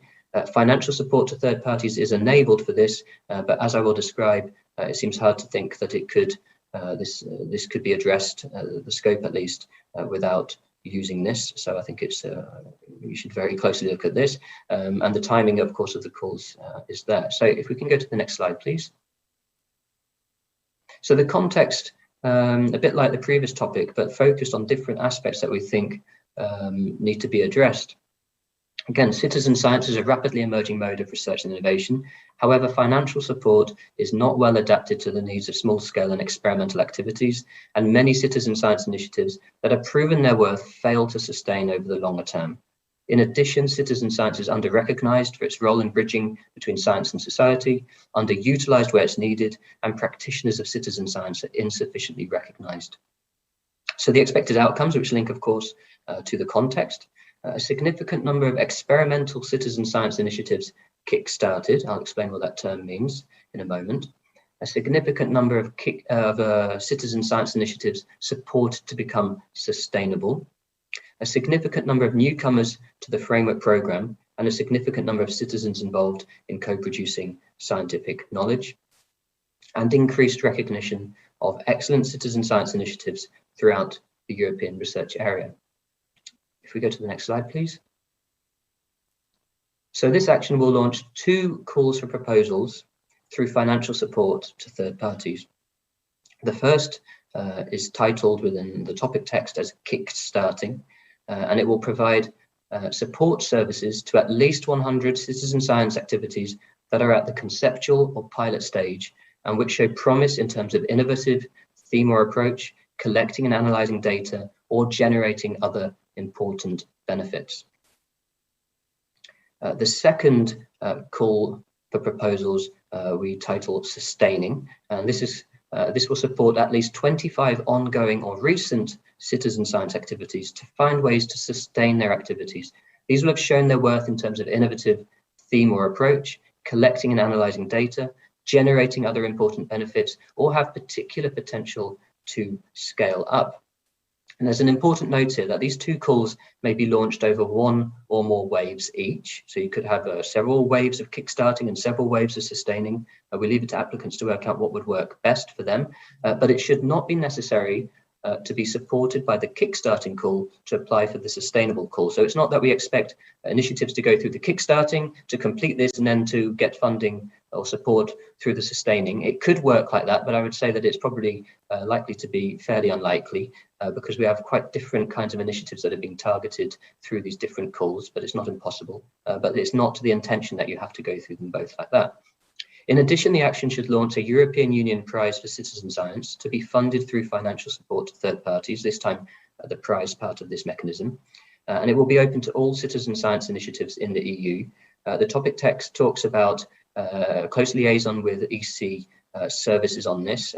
So keep an eye on that. It's something that should be addressed in the proposal. We'll leave open how this might be. It's obviously very difficult to envisage, but there should be space for this made available in proposals. The action should consider citizen science across all areas of research and innovation and take into account all of the different forms of participation that citizen science can entail, so that we know there's different approaches to citizen science in one disciplinary area. It can be different from another. In terms of the aims and the goals, it can vary as well. We want to see this action take a very broad approach that enables it to support citizen science, broadly speaking, across all areas of research and innovation.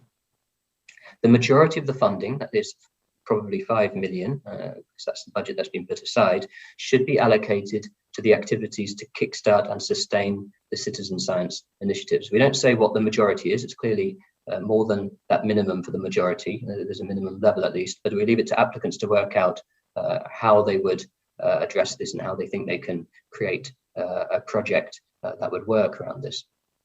The action should develop policy recommendations, policy briefs, and other research and innovation outputs, and disseminate its experiences and learnings widely, because I think this is quite an innovative mechanism being put in place here, and there should be a lot of learning from it.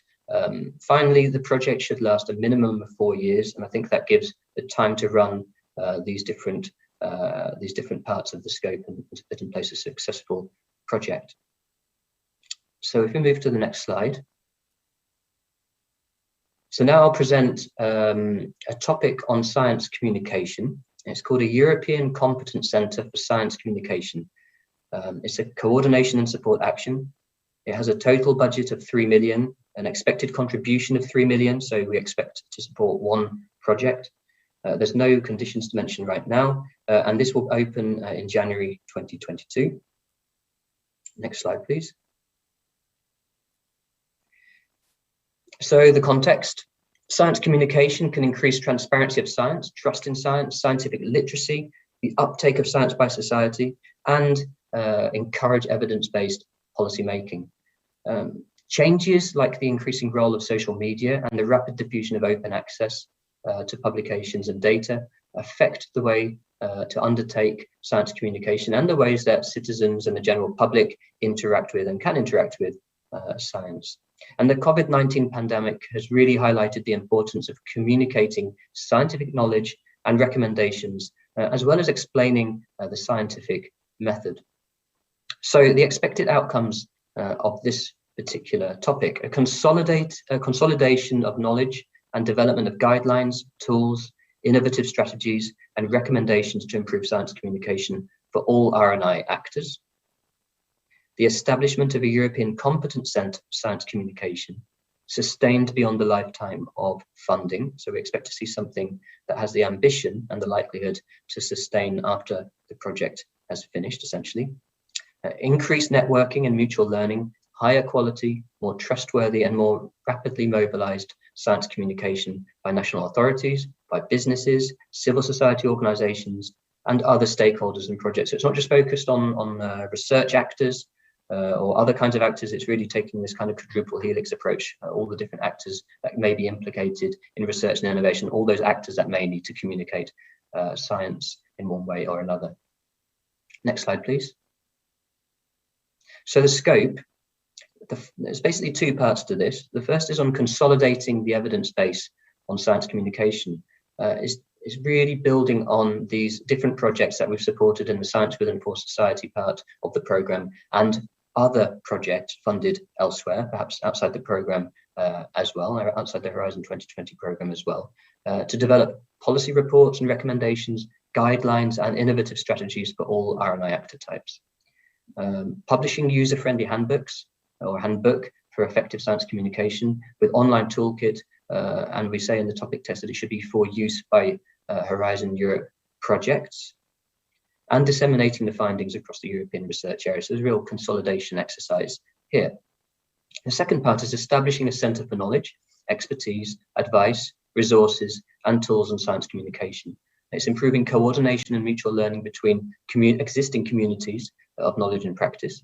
It's supporting potential user groups to initiate and improve trusted and impactful science communication. It's preparing the European research area to react quickly to situations requiring science communication, and the ability in the centre to provide rapid advice and support. Finally, to work towards the sustainability of these activities in the centre, including by providing a basket of services and other activities with market value based on a business plan. And in the topic text, we say that the business plan should be elaborated from the earliest stages of the project. Now, to get the most out of this, to make it possible, we say that a minimum project duration of 4 years should be envisaged. So that brings me to the end of the 3 topics I was wanting to present. Back to you, Fabrice. Thank you, Lyndon, for your presentation. I think what you have presented now is very important to reach out with the citizens, and I think that including citizens in research and science activities like patient association and so on is really important, and I think important actions, and the same for the communication related to science. We know with the pandemic and with the current situation that it is important to think, to investigate the field of communication related to science, because we know that there are some difficulties. There are also mistrust, and by these actions, which probably will be very popular, we will try to bring our let's say our stone to the something which is more reliable, more transparent, and more let's say more useful for the European society and for the era.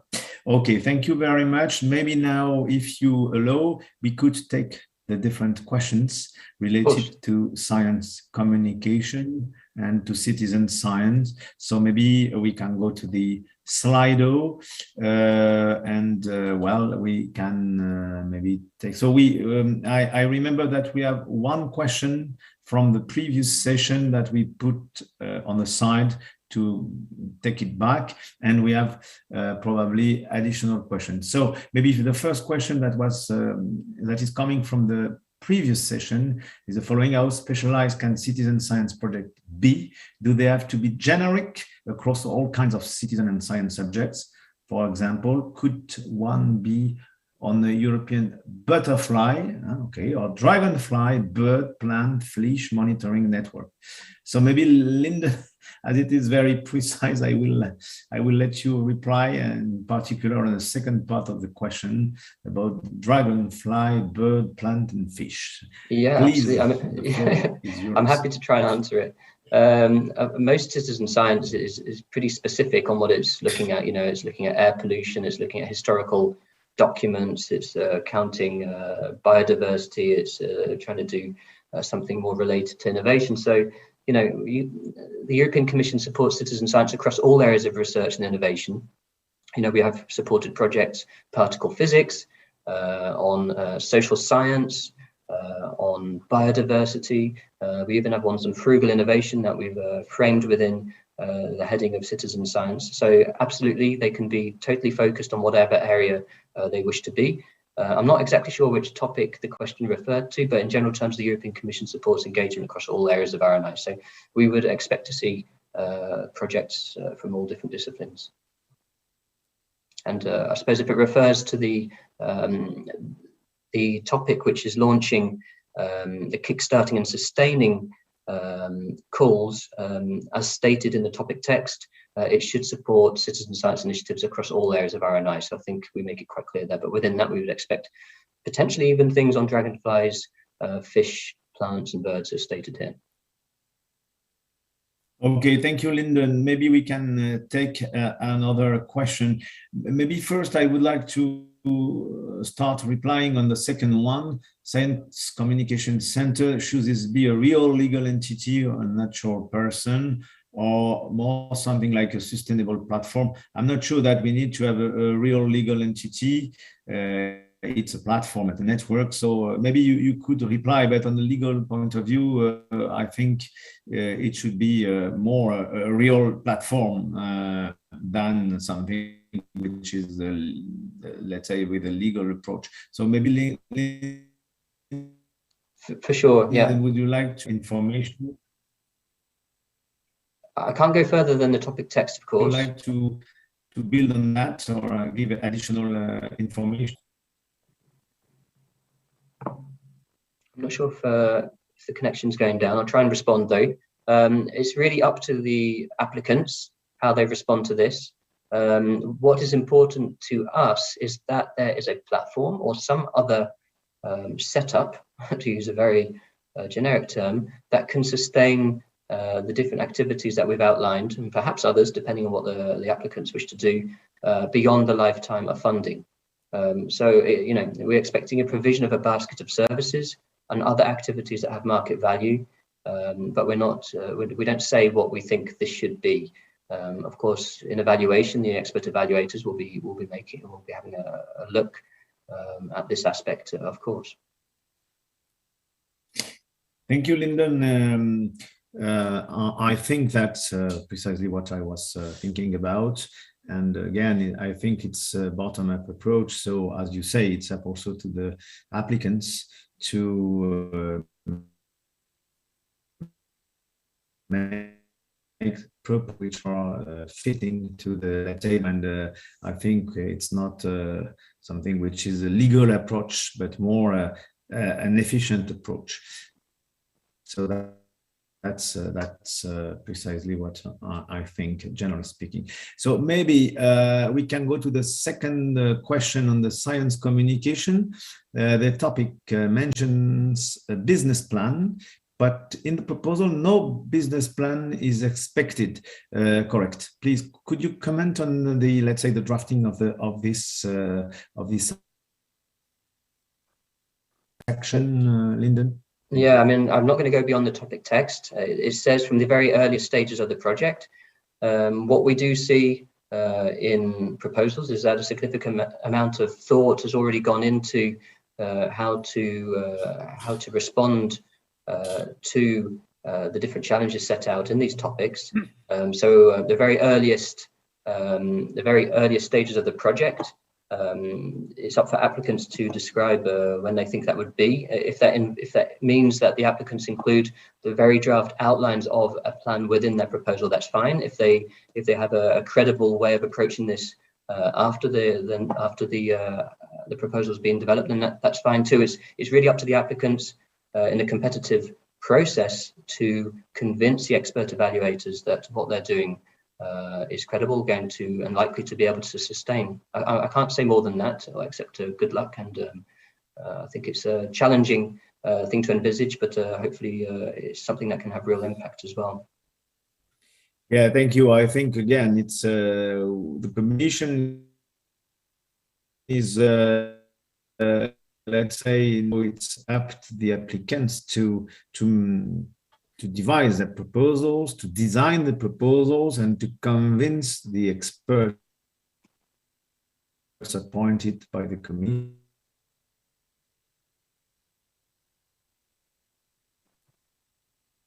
Experts, actually, we can, as we have been requested not to be too much prescriptive. Sorry, it's difficult for French speaking to pronounce this words, but we cannot give prescription when we don't want to do it. So as Lyndon said, I think it's up to the applicant to make proposal. Okay, again, maybe we come back to one of the questions we have before about the responsible research and innovation, RRI for in our jargon. So to what extent RRI will remain a substantial part of citizen science projects? Well, my guess is it's still topical, but maybe Lyndon, if you can maybe elaborate a bit on the RRI aspect of the citizen science projects, please.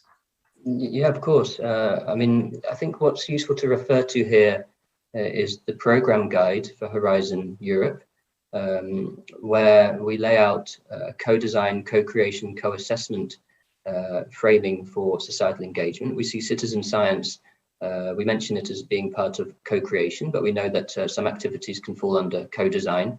You know, this kind of language is very much responsible research and innovation, I'd say. And, you know, what we're doing in the ERA part is building on the experiences and our learning that came out of responsible research and innovation, including these citizen science projects, not only in the Science Within For Society part, but across the program as a whole. So, you know, the important aspects of RRI about involving all different parts of society and conducting the process of research and innovation, I think, you know, this continues to stand. RRI is a program principle for the program as a whole, you know, and there's a lot of attention in the program to issues of gender, issues of ethics. You've heard a lot about data.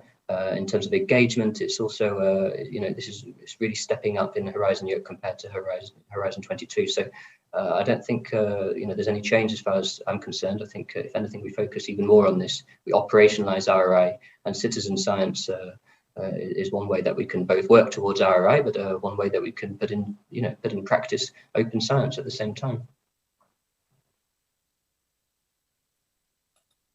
Okay. Thank you, Lyndon, for this very important reply. So now, if I look in the Slido for your part, when it comes to citizen science, I think there is no additional question. So if you allow me, I would like to thank you for your first for your presentation, for your presence, and for the quality of your speech and your contribution. So thank you very much. Maybe we can switch to the next presentation, which is in the next session, which is dedicated to science education. So this is a very important topic. Again, a very important session again, because it's the link between education and science. On the floor to my colleague Karen Slaven, A2, where she's a policy officer in charge of, amongst other issues, science education, which is a very popular field. So I will pass on the floor to Karen. We are ahead of the schedules of Karen. You can take your time because we are a bit Karen is here. Early.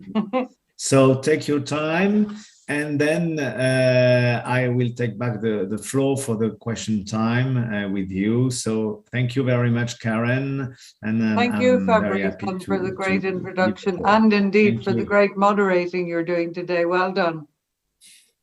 And it's a pleasure to be here, both with my colleagues, who we don't see very often at the moment, and with the participants. I'm sure I'd know lots of you if we were all in situ, and hopefully for the next info days, we will be in together. It's been a very strange time for everyone.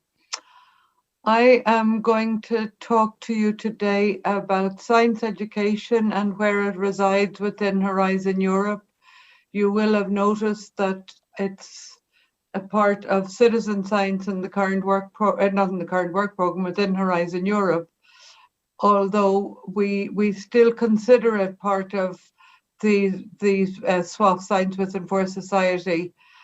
and you know, and it's part of the RRI keys for most of these projects when you're bearing them in mind.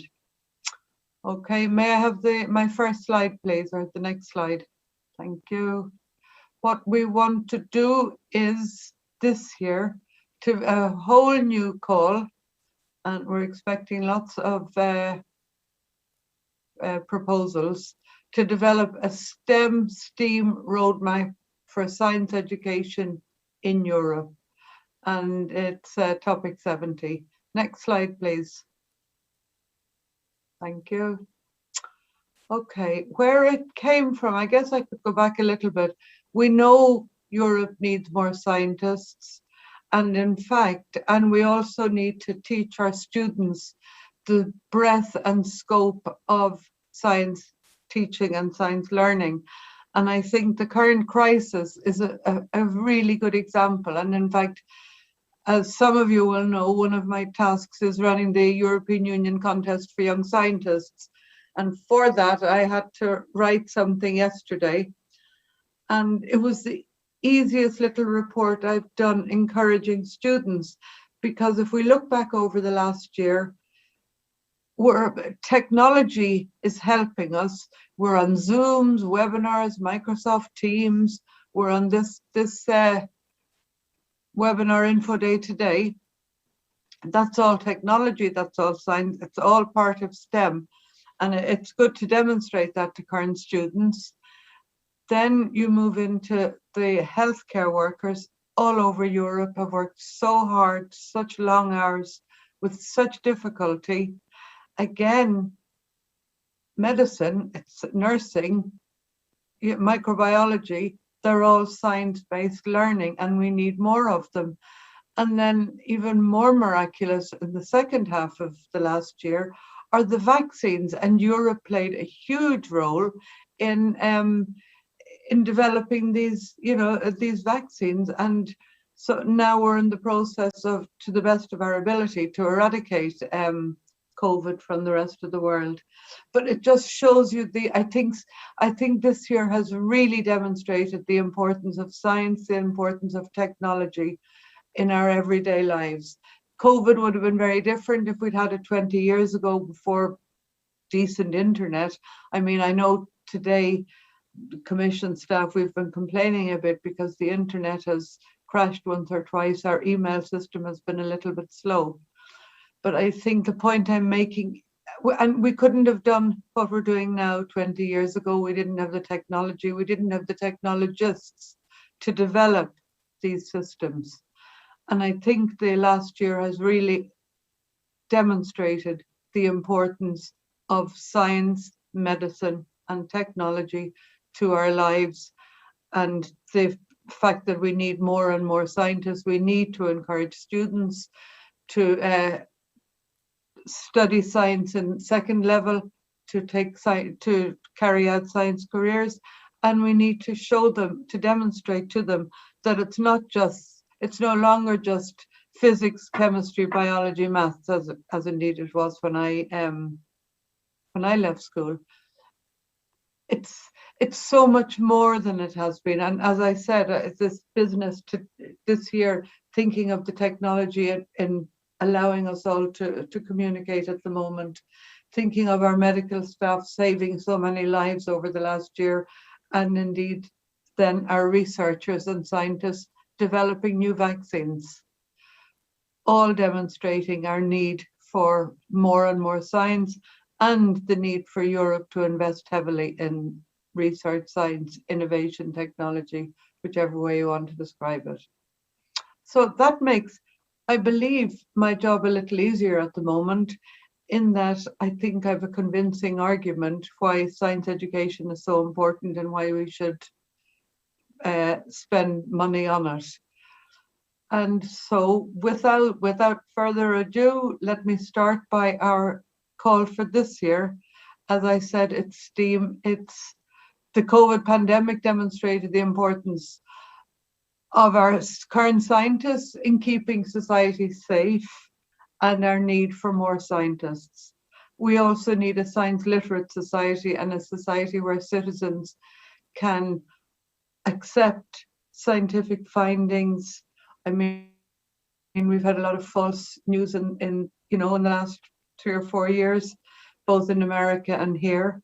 We need to educate our citizens, and we need to, you've heard that already with citizen science, they're all very important topics. We need to increase the uptake in science careers to feed a talent pipeline. And for this, we would like to see a plan of action to encourage more interest in both STEM and STEAM, to add the artistic approach to STEM involving creative thinking and applied arts. We hope could be another tool and another way to encourage students to follow careers in STEM.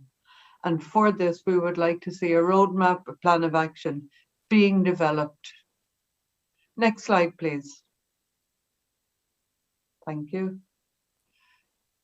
Again, I apologize when I repeat myself on this, but we need, the potential activities would be to develop strategies to increase the uptake of science careers, to feed this talent pipeline from, primary school to secondary school to university into the career. And indeed, for those who don't follow science careers, to still be able to understand science in everyday life.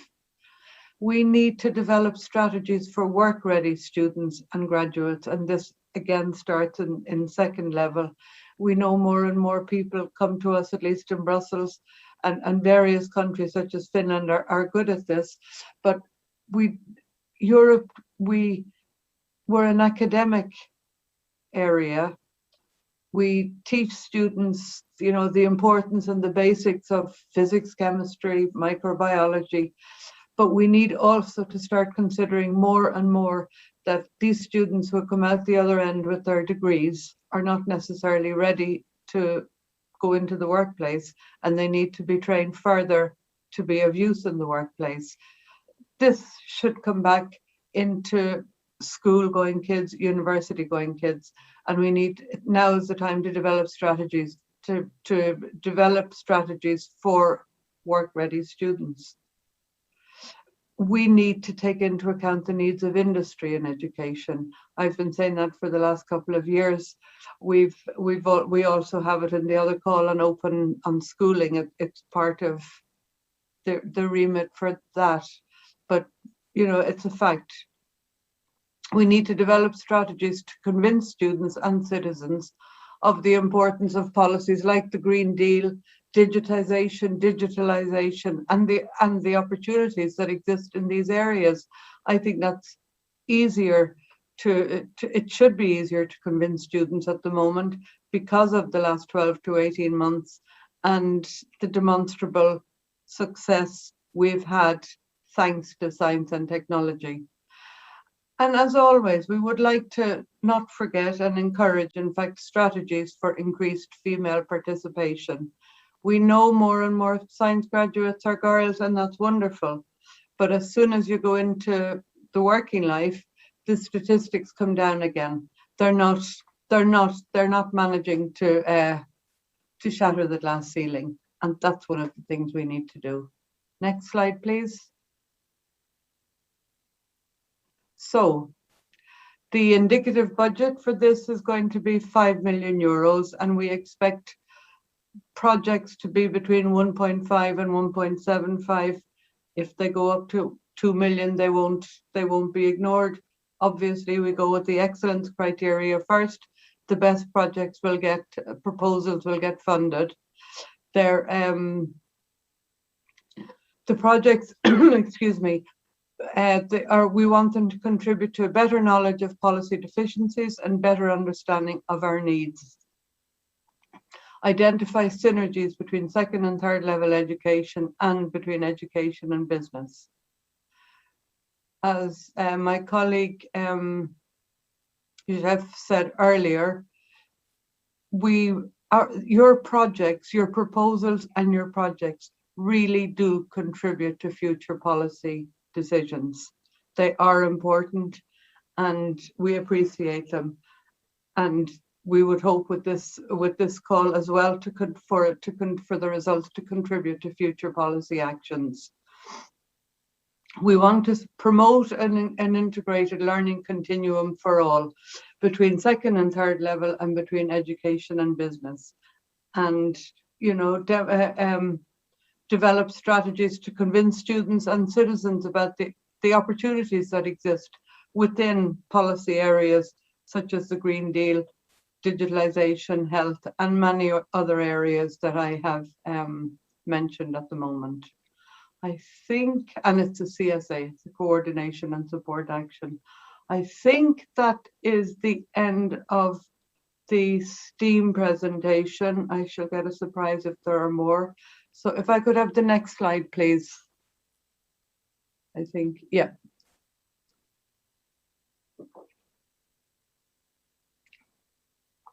As many of you will, as I don't actually know who's at this meeting today, but I'm sure many of you will have heard me going on in the past about open schooling and how important I believe it is. And it's part of this learning continuum for all that we have been advocating for the last couple of years. Next slide, please. I should point out that this call is for 2022. I didn't manage to negotiate a big budget for both years, but 5 million for 2021 and 5 million for 2022. It's not bad for science education. Open schooling for science education and a learning continuum for all. The proposed action targets the creation of new partnerships in local communities to foster improved science education for citizens and to contribute to this learning continuum. The policy should support students, teachers, parents, and the wider community to improve access to and provide everyone with opportunities to pursue excellence in learning. We want to see students and citizens fully equipped to engage in scientific discourse and to facilitate further study in science education. This action, as you know, aims to support a range of activities based on collaboration at local level between formal, non-formal, and informal science education providers, enterprises, civil society organizations, SMEs, to integrate the concept of open schooling. And I really see this as one of the way forwards in encouraging more of an interest and understanding and expertise in science. Next slide, please. Thank you. It's difficult sometimes to know the difference between the scope and the potential activities. So I apologize from time to time when I am repeating myself. Potential activities, these are not exclusive. You could come up with many new or different ones, and for that we'd be grateful. Foster improved science education for all citizens and contribute to this learning continuum for all. Work together on, this is so important, to work together on real life challenges and innovations with local communities, with local industries, with local schools, to engage them in the teaching and learning process and to promote science education as part of, you know, local community development. Why not? You know, many of us live, you'll have heard of the IREFORM organizations. They give very good prizes to the to the Young Scientist Contest. We send students to the 8 organizations every year, to CERN, to JET, to EMBL, ESA, all of them. But they're actually great in their own ways with outreach. And it's the sort of thing we need to encourage more and more and more. To encourage a collaboration at local level between the formal, non-formal and informal science education providers, enterprises and civil society. And again, possible strategies for increased female participation. I'm not sure if there's another slide. I think there should be one more. Next, thank you. Expected outcome.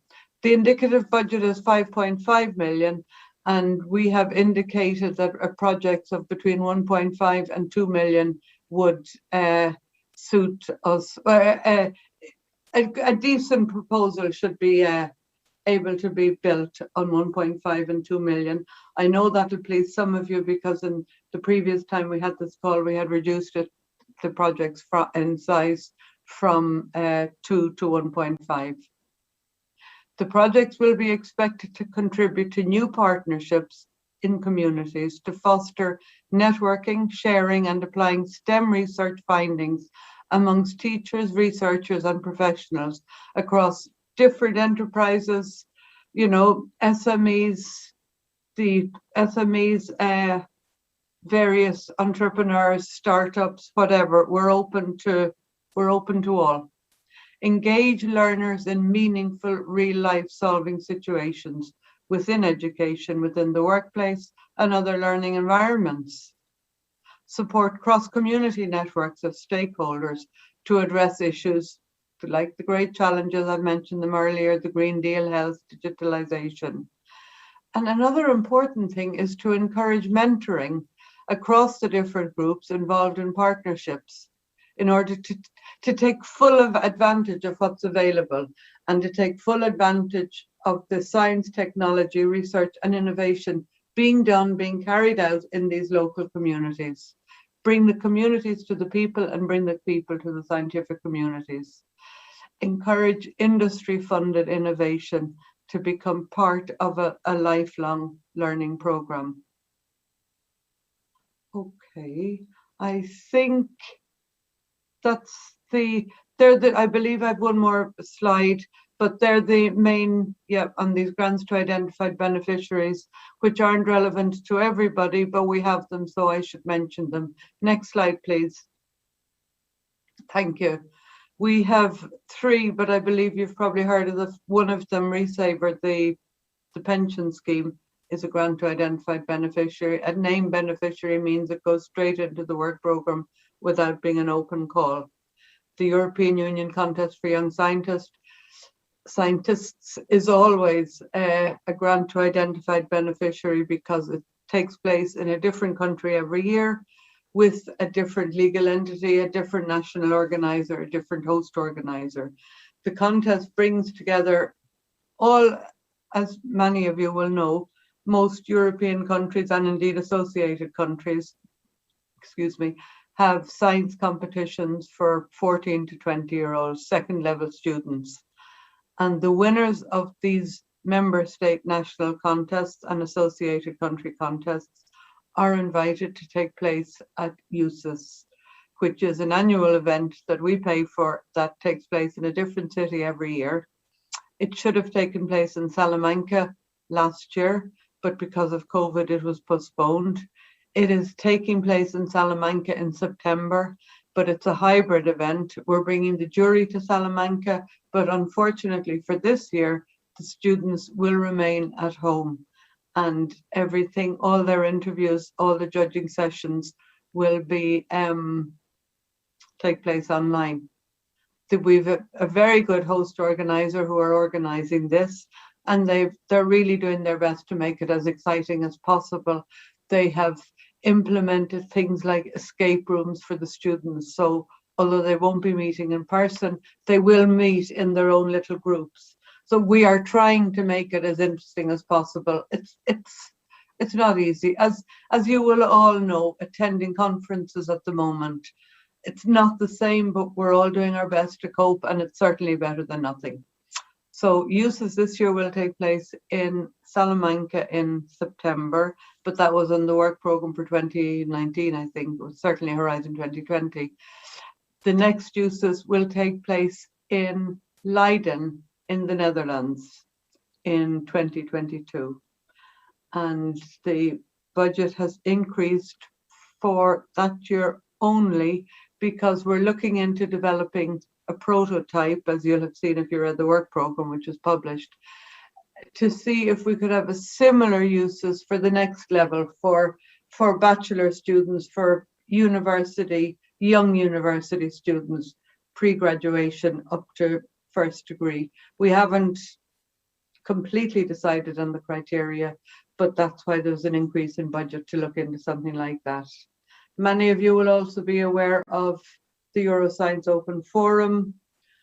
It was held in Toulouse in 2018. Last year, it went ahead in September in Trieste, Northern Italy. And again, it was a hybrid event and it was very successful. and very difficult to pull off, but they did a good job in it. And the next Euroscience Open Forum, together with the European City of Science, will take place in Leiden in the Netherlands in July 2022, and USIS will be in September 22. Thank you. I believe that's the end of my slides. You're probably all getting tired of listening to all of us going on. It's quite a long afternoon, but I'm happy to take questions. I don't see any questions on the chat. No, there are. Okay, thank you, Fabrice. So maybe I take back the floor, and we are going to go to the question. But first and foremost, I would like to thank you for this very interesting presentation on science education, which is always something very popular among the applicants or the potential applicants. And for the, let's say, the outlook you have presented and the shaping of the future of the citizens and the EU, because it's linked also to the future and to the big tickets of the unions like digital agenda or the greening of the union. So I think it's very important, as we are with the two topics, competitive topics you have presented. We are building the future of the continent. Indeed, yes. And I think it's really important. For just one additional remark on the two events that you have presented, it's grant to identify beneficiaries. So it's not a USIS and ESOF, so it's not open to competition. I think it's very good point. Sorry, yeah. I wasn't expecting the slides. I hadn't put them in. No, but it's not a problem. I think it's very important that you publicize and advertise the communication event of the Commission, and that we are supporting in the GRTD, and they are very popular events. And I think it was very nice that you take stock of where we are going and where we are now with these two big events, which are assembling a lot of people in different places around Europe. Okay, so maybe we can go to the question now. Yeah. So if you allow, I will just for the sake of clarity, I will mention them. So the first one is about the STEAM roadmaps. The topic states develop and deliver the roadmap in Horizon Europe in synergy with Erasmus. So the participant asks the following: what exactly is expected from proposers in this regard? So for the, let's say, for the synergy part with Erasmus in the proposal. Please, Karen. Yeah, that's actually a very good question, Fabrice. So thank you. I can't see who's asked it. It's not mine. Okay. Yeah. I think what we're trying to do is to be aware of Erasmus, because we've got second level education, we have third level education. Our remit has always been second level education, but there's a split. There's an area that nobody is quite covering, and I think that's the main thing. That's why we're looking for this roadmap. And it's part of this learning continuum that I made, but it's actually just to have a seamless transition from our point of view between the various ages. I hope that answers the question. It's not that we expect you to go into detail in Erasmus. There are different funding mechanisms, but I think it's like saying that projects should develop synergies with Scientix. It's the same thing. Or at least links with Scientix. You can develop synergies as well, but links with Scientix. But it's to have this seamless continuum from one thing to the other and show an overall awareness of what's happening. I hope that answers the question. Okay, thank you, Karen. I think it's very important that you underline that let's say the proposal, the link or the links with Erasmus are, let's say, very well, will be very well received, and it's important, as you say, to have a kind of continuum between the two. And we are not in silos within the Commission, and the different programs are interlinked, interrelated, and I think it's also has to be reflected in the proposal we would like to receive. Okay, so an additional question on the STEAM roadmap. It is expected that science education will be mainstreamed in funded projects, but which one? It's not written. No. So the question is funded projects in Horizon Europe. So do you understand the question? I understand the question, and I'm desperately trying to. I think we would like it to be mainstream, and we're pushing for it, but it hasn't happened yet. Okay. Okay. Okay, and maybe a last question related to that. All funded projects have their tasks, content, objectives, etc. defined. So how can science education be mainstreamed in funded projects? Probably the second. Oh, that's a very easy question to answer. A lot of our projects are science-based. If, you know, a lot of the projects, it goes back to this open schooling and developing links with local communities. Every project has a coordinator in a town, in a city, in a village, wherever. But within that community, there will be a university, there will be industry, and what we're looking for, and even if what we're looking for is developing these communities. And the local communities, this is part of open schooling, but it completely relates to how science education can be mainstreamed. You need to think of various ways. You have a coordinator of a project, generally a scientific project. That coordinator could go to the local schools, to the local secondary school, primary schools even, or secondary schools, and invite students in to their project, teach them about the project. They could offer, I know in Europe more and more we encourage schools to get 15-year-olds to do 2 weeks work experience.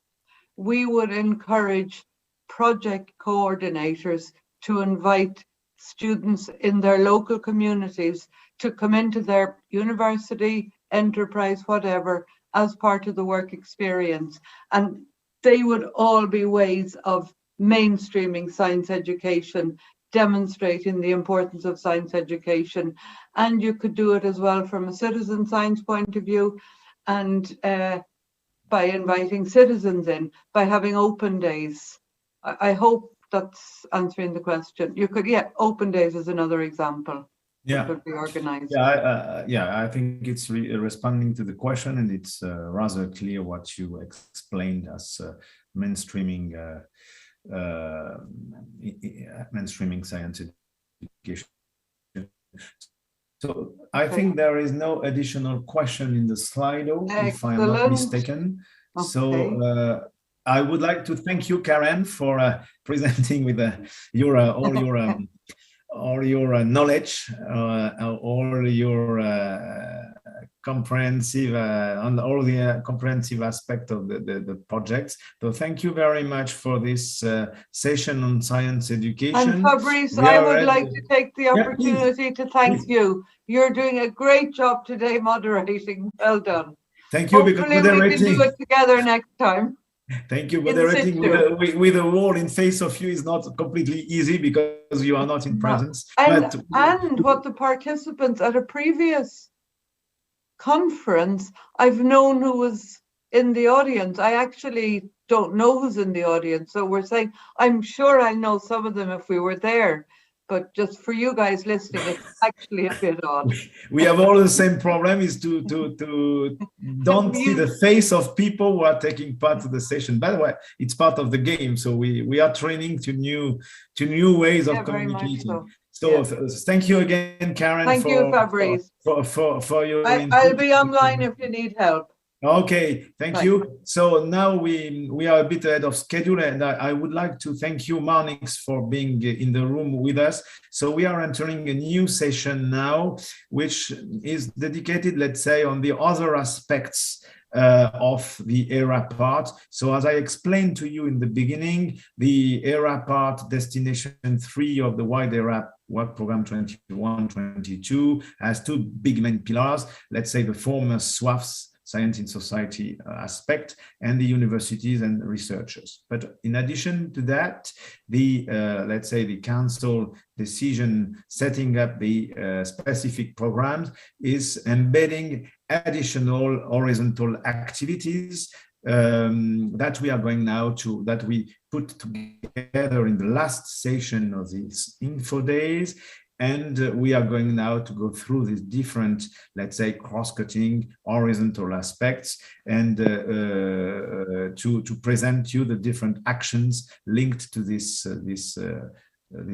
general aspects. So now I would like to introduce, first to thank Marnix Surgeon to be ready a bit ahead of the schedule to make this presentation. So Marnix is Deputy Head of Unit in the Unit G4 LTD, and is going to make a presentation on the program level collaboration between national research and innovation programs. Before it was called ERANET, but now we are not supposed to call them again ERANET. But Marnix, the floor is yours to present this, these actions in 21 and 22, if I remember. Thank you very much, and the floor is yours. Okay, thank you, Fabrice, and there are the slides already. This is just a nice cover slide to let you know that we're still talking about Horizon Europe, but I'm sure you knew that. I mean, we can go to the next slide, please. So what I'm going to present to you very briefly is this topic on support for policymakers, program level collaboration between national R&I programs. Next slide, please. Just to give you a bit of context, because this is probably not any ordinary call topic. It is a call topic that is specifically oriented towards policymakers, and in particular, national policymakers that either own or manage national research and innovation funding programs. And it is an element of, and an essential element of, the new approach that we have developed for Horizon Europe towards European partnerships. And I'll come back to that new approach in a bit. I'm not going to explain it in detail now. Just to say that partnerships are quite an important instrument that we use to implement the framework program. It actually includes quite a bit of budget. I mean, we're talking about billions of euros of the framework program being spent on this. Why do we have them? We have them because we still want to address a number of what you could call long-standing issues or problems in the overall European R&I landscape, which is that we often lack a critical mass of resources to carry out important actions. We're still faced with quite important overlaps in activities between member states, but also between private partners, for instance. So we have a lack of coordination between that activities, which ultimately leads to fragmentation and a non-optimal approach. The solution we have proposed for that, and I mean, it has existed for nearly 20 years now, is to create partnerships between the EU or the Commission on the one hand, and public and or private partners on the other hand. We have all cases public-private, both of them exist in this context. Why? To have those partners and ourselves coordinate activities and pool resources to jointly tackle what we consider to be the important challenges of our times. And some examples that you may have heard about that used to exist or still exist are indeed, as Fabrice mentioned, the ERANETs, which then evolved into ERANET Plus or ERANET Co-Fund, joint programming initiatives, Article 185 initiatives, Article 187 initiatives, which at some point were called joint technology initiatives. Now they're called joint undertakings, contractual public-private partnerships, and I mean, there's quite a few that we have used in the past. Next slide, please. So as I said, we developed a new approach to partnerships. Now on the why of this, I'm not going to spend too much time because I don't have too much time. Just show you very quickly this slide. What does that show? That shows the current or the Horizon 2020 landscape of partnerships that we have or had. As you see, it implies different types: public, private. The EIT kicks are in there, the Fed flagships. It implies a whole number of different implementation modes. And I mean, I think the overall assessment was that this was becoming very complicated, very complex, and something needed to be done to streamline the landscape. And that is then, next slide, please. That is then what we have developed as a new approach. It is streamlined because we now only use 3 different implementation modes. I'm not going to explain them in detail. If you look at the slides, you'll see short explanations on them. They're called co-programmed partnerships, co-funded partnerships, and institutionalized partnerships. What is important about new approach is that we have very deliberately made the new portfolio, the new generation of partnerships, more strategic, which means that we have required that each of them acts in support of what are agreed EU policy objectives, which you probably by now all know by heart, and I hope that I do: the Green Deal, Digital Europe, the post-COVID recovery, the industrial strategy, and so on. So they need to be strategically oriented towards those before we actually consider putting them in our portfolio of partnerships. Now that has the advantage of making it very clear why we have those partnerships. It has the disadvantage, as I note there below, that this focus on strategic orientation leaves actually very little room for bottom-up initiatives, which we used to have quite a lot of in the past, and then in particular bottom-up initiatives between national policymakers. I mean, national policymakers that, I mean, would want to cooperate, coordinate on a topic of their choice, not a strategic EU policy priority necessarily, get little room to seek support for those cooperations. And that's why we have this call topic, to address that issue. So it creates room to stimulate in a bottom-up manner program level collaboration between national policymakers on topics of their own interest. Next slide, please. So that is the context of it. Now, for this call topic, what do we expect?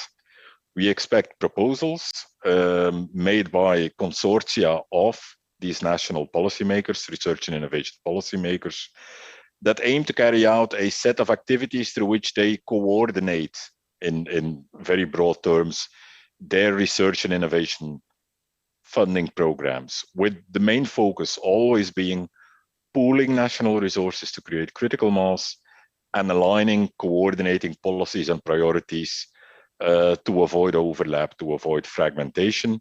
Now, that can be implemented through a range of actions, which I list here. It can be about identifying what are common research and innovation priorities between countries. It can be the development and the implementation even of joint calls between countries to fund transnational research and innovation projects. It can be other joint activities, for instance, that support the take-up of results from projects that have already been funded. It can mean, in more general terms, and contributing to meeting common challenges such as the Sustainable Development Goals. So that is on what we expect from this call topic. Next slide, please. And I'm nearly there, actually. Some of the essential details of the call: the total indicative budget is 10.5 million euros. We estimate that let's say an appropriate EU contribution per project, per consortium, will be between 2 and 3 million euros. So from that, you can already deduct that we expect to fund 4 to 5 projects as a result of this call. The implementation mode is a coordination and support action. Important to note is that legal entities that are established in non-associated third countries may exceptionally participate in these coordination and support actions. The call has been open since the 22nd of June, and it will close on the 23rd of September of this year. So those are the let's say, the more technical details of the call. Next slide, please. And that's it, actually. That's the last one. I have included in here a number of links where you can find further information on partnerships in general, public partnerships in particular, as a bit of a, let's say, a background to what we're aiming at. That's it from my side. Over to you again, Fabrice. And thanks for giving me the opportunity to present. Thank you, Marnix. We keep you for maybe for the question time. I'm staying until question time. No problem. Okay, that's very kind of you.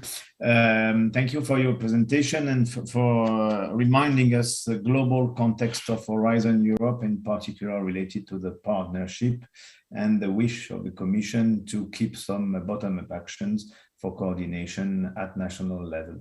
So now we go to another, let's say,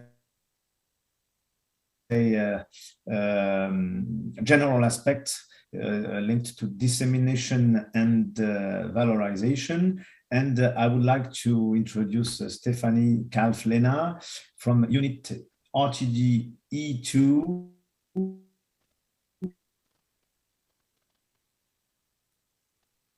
In this presentation from one of your colleagues, Claudia, I think, after you. Thanks. Yes, good afternoon, and thank you very much. And thank you, Fabrice, for taking us for this afternoon so eloquently. My topic is a very different one. I talk about setting up a standardization booster for the participants of the framework program. So standards are a crucial tool for valorizing research results. They help researchers to bring innovations to the market and to disseminate them by codifying technological requirements and making them transparent. In Horizon Europe, we aim to help researchers and research actors to make more use of standards.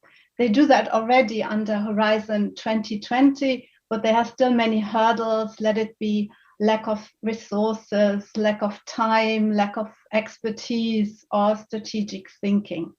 So this coordination and support action shall therefore set up a standardization booster that offers services to ongoing and closed Horizon 2020 projects, as well, of course, as for Horizon Europe projects, when these projects appear to have results that have the potential to lead to the revision or creation of a standard. The services should allow beneficiaries to test their research results with standardization bodies, to engage with these bodies, to contribute to the preparation and elaboration of standardization activities like participation in technical groups, in focus groups, in helping in drafting technical specifications. And to do all this, we expect that the project is able to engage with high-level independent experts in standardization so that these can assess the standardization potential of the research results. This is a CSA with an indicative budget of 2 million euro. The topic is open. It will close. The deadline is on the 23rd of September, and we expect one project to be funded. Thank you very much for your attention. Thank you, Stephanie, for this very clear and very interesting presentation. And now we are going to continue this aspect with your colleague Claudia Oliveira from unit, the same unit for valorization and IPR. So please, the floor is yours, Claudia. Yes, hello. Thank you, Stephanie, and thank you, Fabrice, for the excellent moderation. Good afternoon, everybody. So let me see exactly. So I'm going to present two topics today, one for this year and another one for next year. The title of the first one is RNI Intensive IP Management, Scenarios for the Future. It is a coordination and support action with an indicative budget of 1 million euros, and we expect to fund one project. So what we expect with this topic is to develop future scenarios of IP protection and sharing through creating ways to overcome the existing gaps researchers have to face when following unconventional discovery methods. What does it mean concretely? So it means that it stems from the fact that technology sovereignty requires a deeper understanding of the RNI landscape. This is also related with the current open innovation strategies, also the ever-growing open science practices, as well as the artificial intelligence revolution that creates an ecosystem where innovations are happening faster than ever. So projects are expected to contribute mainly to the following expected outcomes. So you have some of them already in the slides.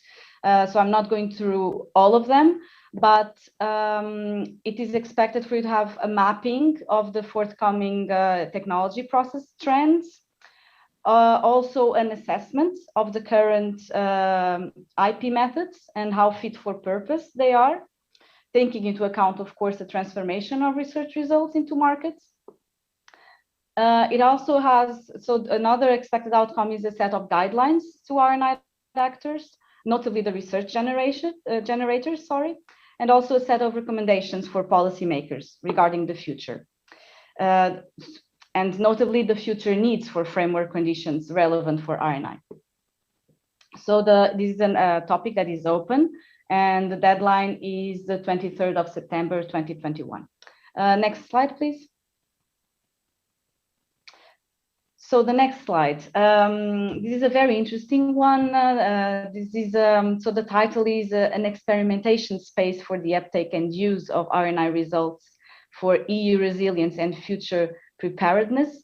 It is a CSA with an indicative budget of 3 million euros, and we are also expecting to fund one project.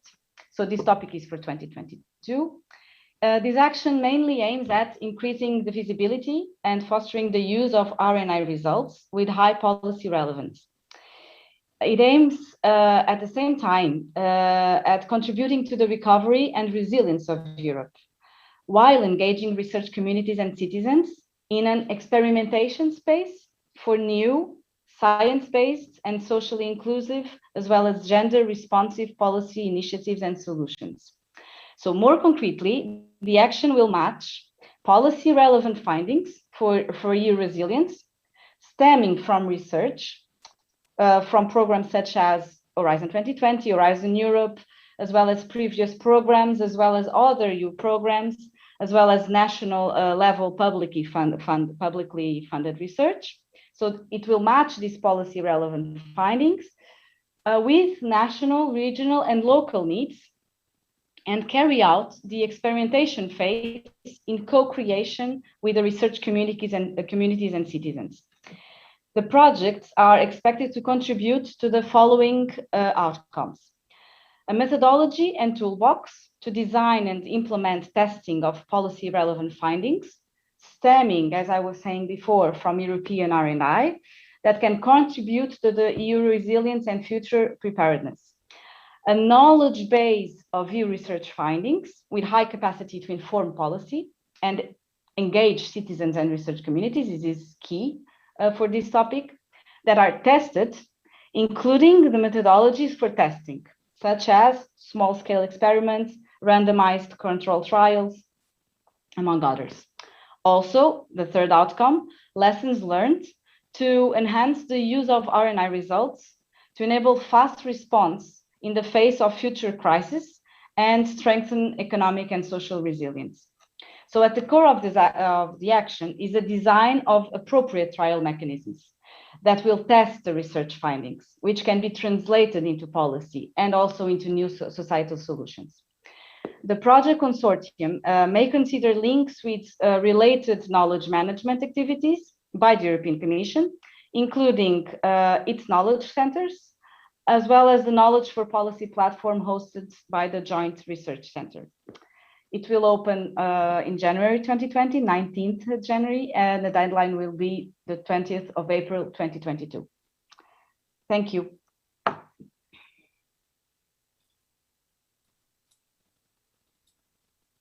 Thank you, Claudia, for this presentation, and again, which is linked to the translation of RNI into the economy, linked to the RA communication. I think it's also very important issue, probably very new, but I think of the utmost importance for the future.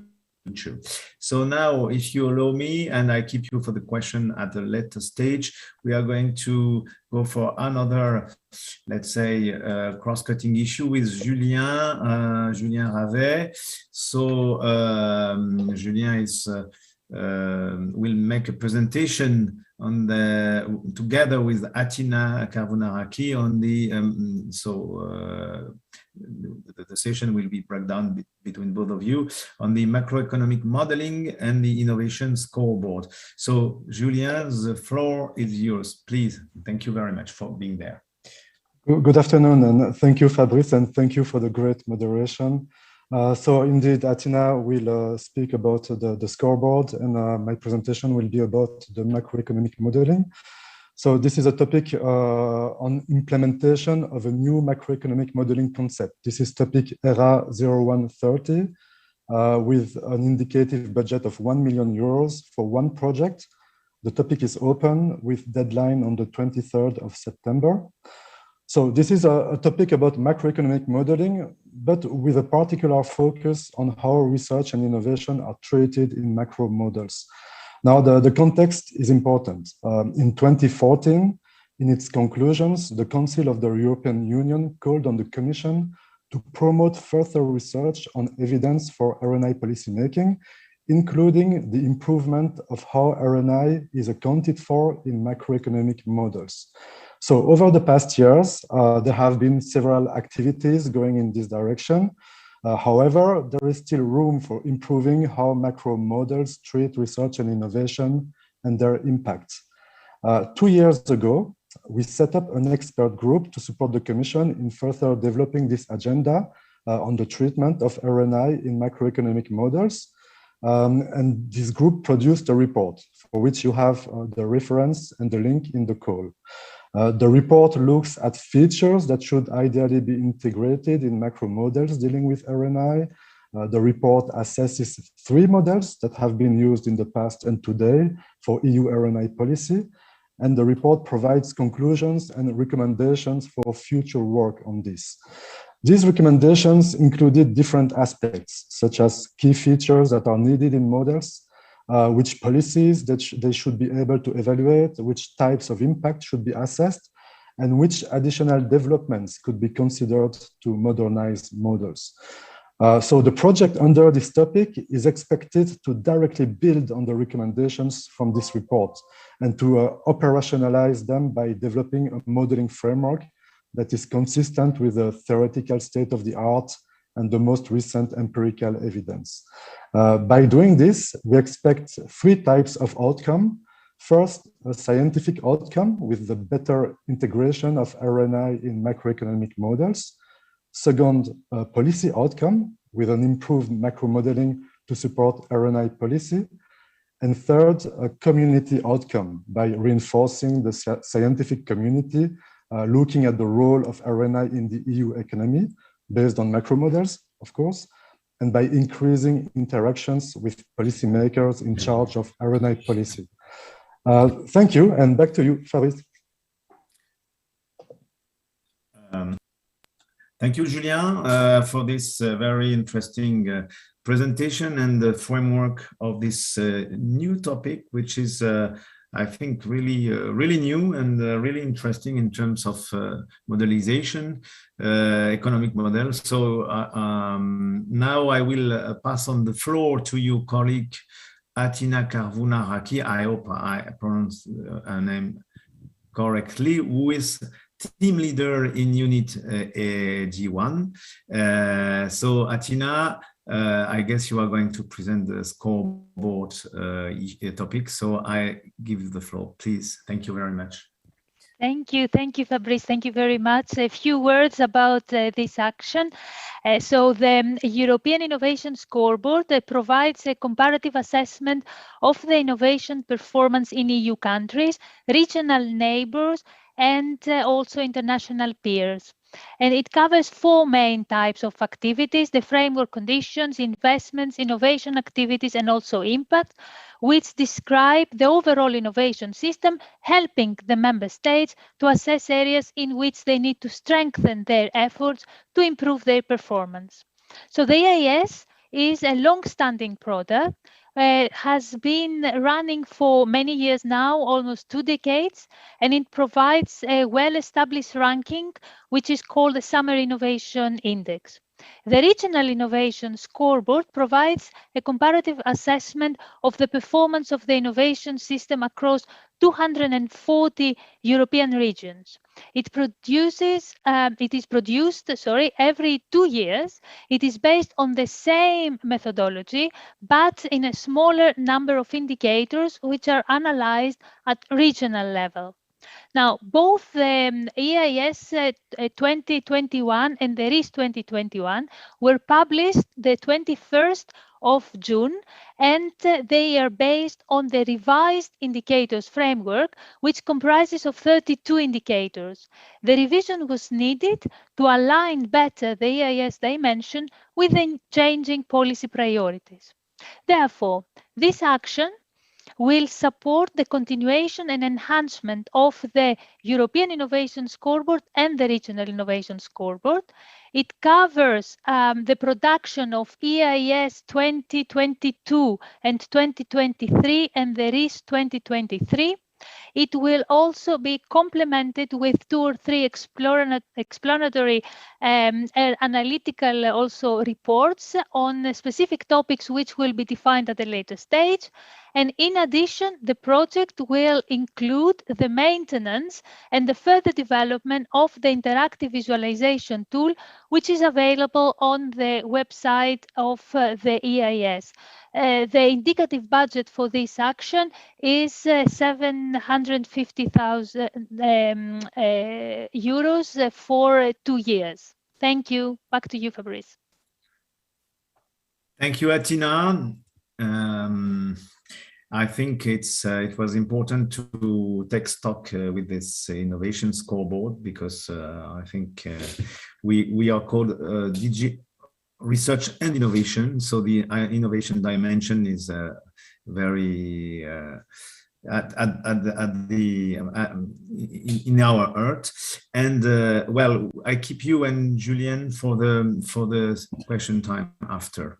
Thank you very much again, indeed. And now we can pass on to probably the last speaker.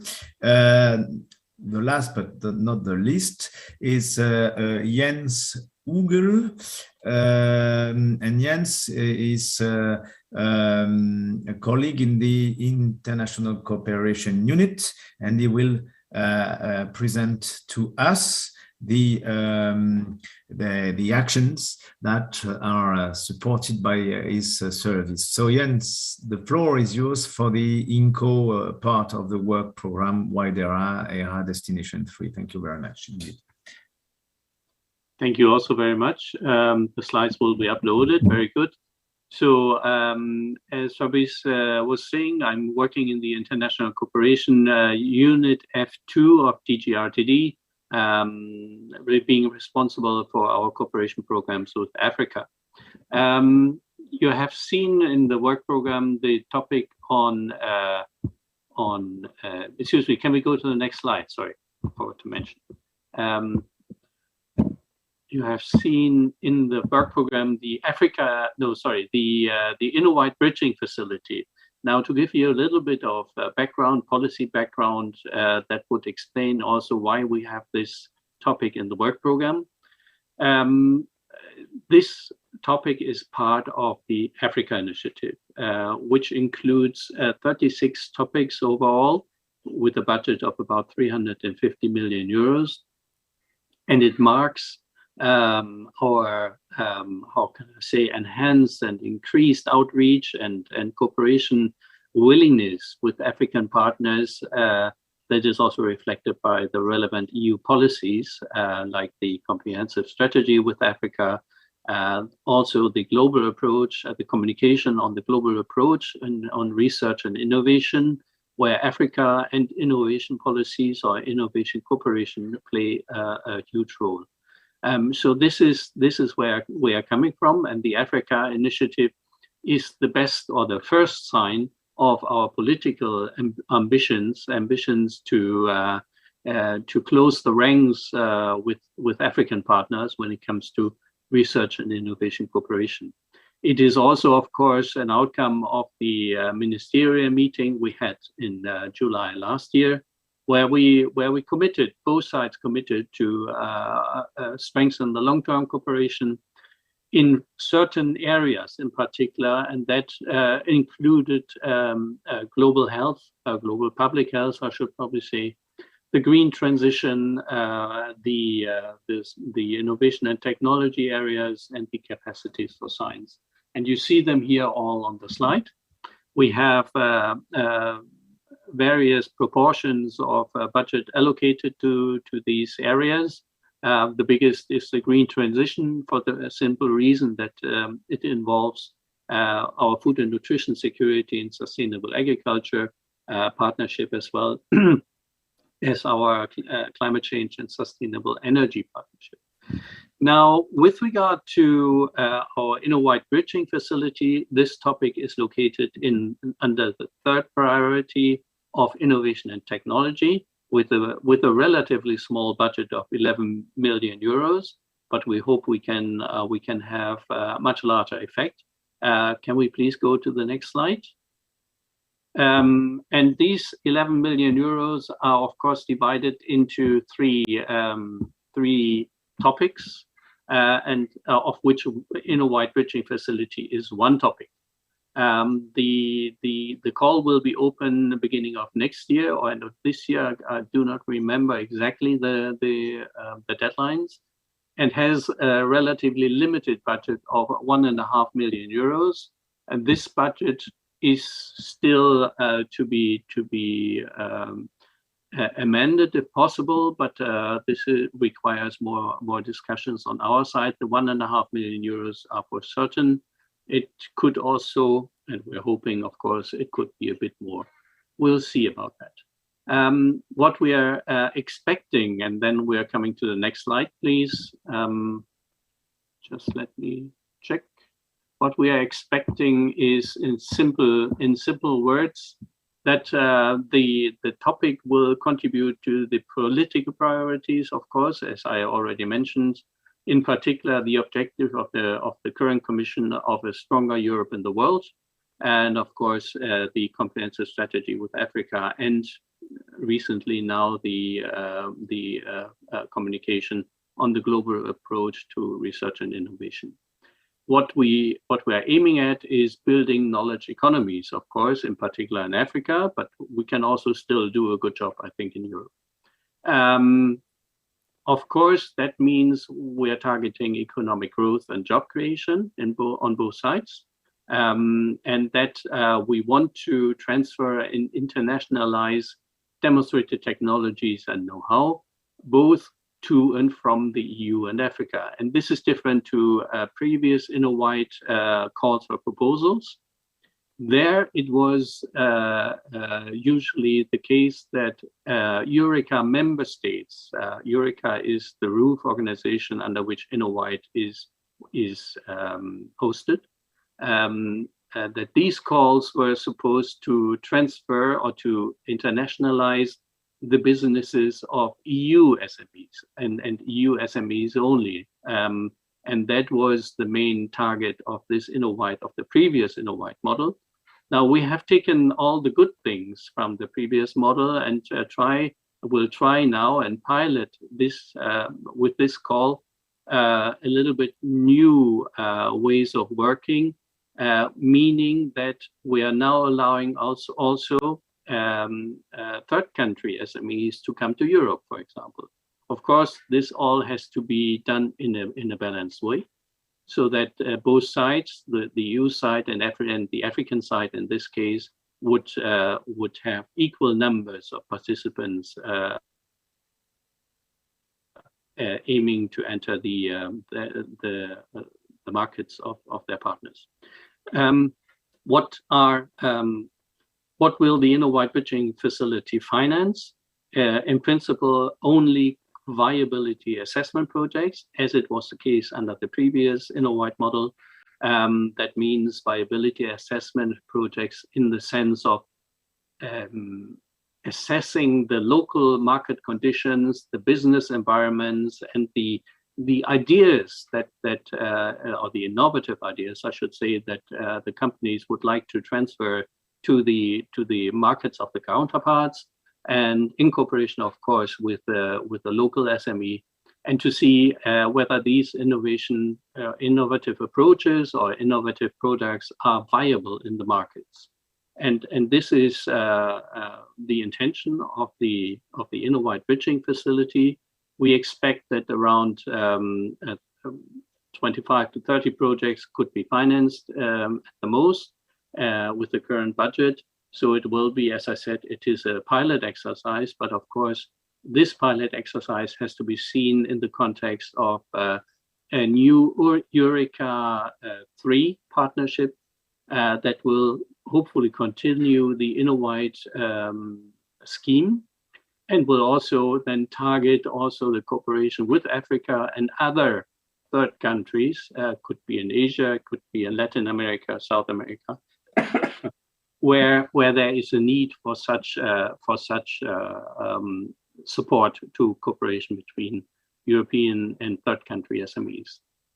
So this is in a nutshell what I wanted to say, and I'd be happy to give the floor back to Fabrice. Thank you very much.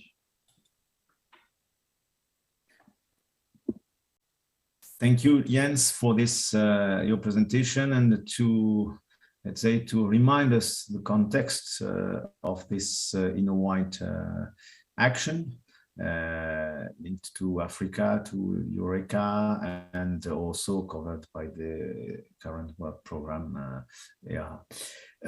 You were the last speaker in this session, and thank you for staying with us in case of question. So now, if you allow me, it's the question time for, let's say, for the different aspects we have covered so far in this session. So valorization and dissemination, collaboration at national program, RNI program at national level, international cooperation, and macroeconomics modeling. So first and foremost, I will take the question in the, let's say, in the order. We have two questions linked to the booster, standardization booster, which probably are with Stephanie Kalf. So the first one for the 32 topic in 21, what do you mean with high-level independent experts in standardization? Sorry, and so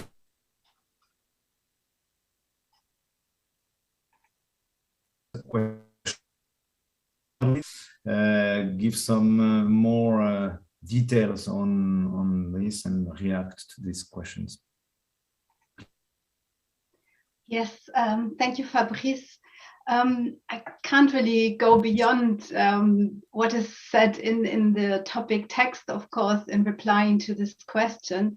So it clearly says that the service will help beneficiaries to engage with the standardization bodies, and that the consortium shall manage the scheme and should be able to engage with these high-level independent experts in order to assess the standardization potential of research results, which is, of course, a very difficult thing to do when you have the research results, to see are they fit to and are they suitable for a revision or for a creation of a new standard.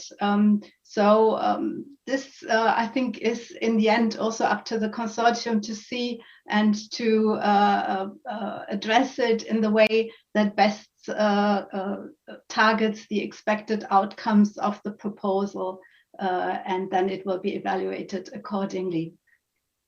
Thank you.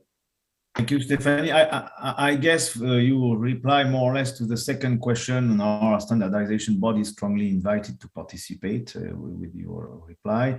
There is also a new question for you, at least for the topic you are covering. Is, can a single applicant submit a proposal? Well, I guess I know the answer, but well, it's a CSA, coordination and support action, so there is no specific rule on the number of entities in a consortium. But I can only say whoever applies, whether single or, of course, in a consortium, it should be fit for purpose. It should be decided in line with the project ambition and see what really can be achieved in the project, that it can cover the scope of the project. And I think that should be the guiding principles in deciding on the submission. Thank you. Thanks, Stephanie. It's very clear. So oriented to the results. Now, I think the question is directed to Jens. It's the following: why is the InnoWide topic not a grant to a named beneficiary?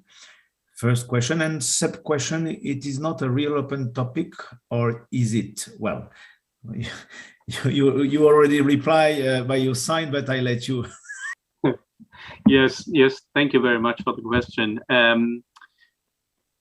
Indeed, there could be a possibility, of course, to address the call to as a call for named beneficiaries, but we are working, in principle, we are supposed to work on the basis of excellence, and this doesn't mean we're unhappy with the previous consortium that that implemented the first InnoWide project, so to speak, but simply we want to allow also maybe for other consortia to come in if that is of interest to them. Of course, sorry, what was the second question?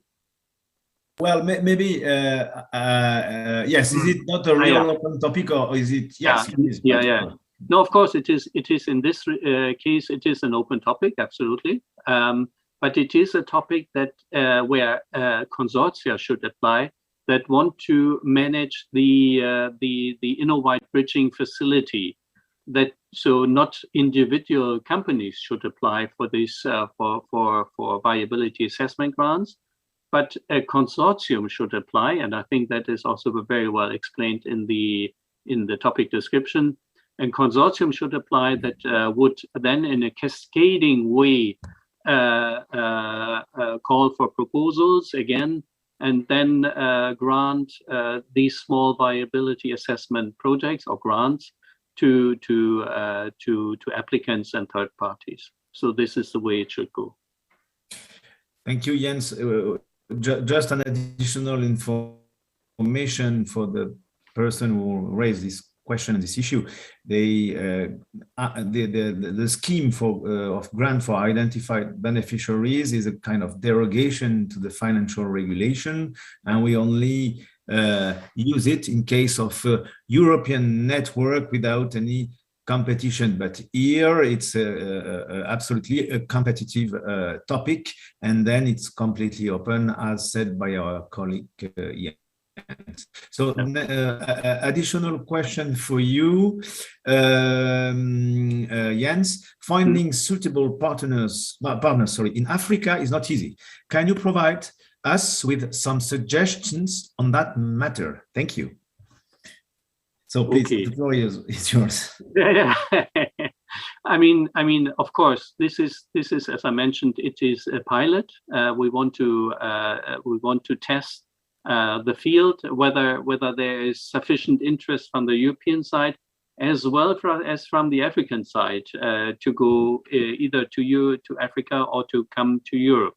So first of all, secondly, of course, it is always good if you have already, as I mentioned, a very innovative idea. You might already have context, and I think that is the same as in the previous Innovate project. The companies who already have a very good idea what they want, and they have already a partner chosen with whom they want to work together, they apply for funding.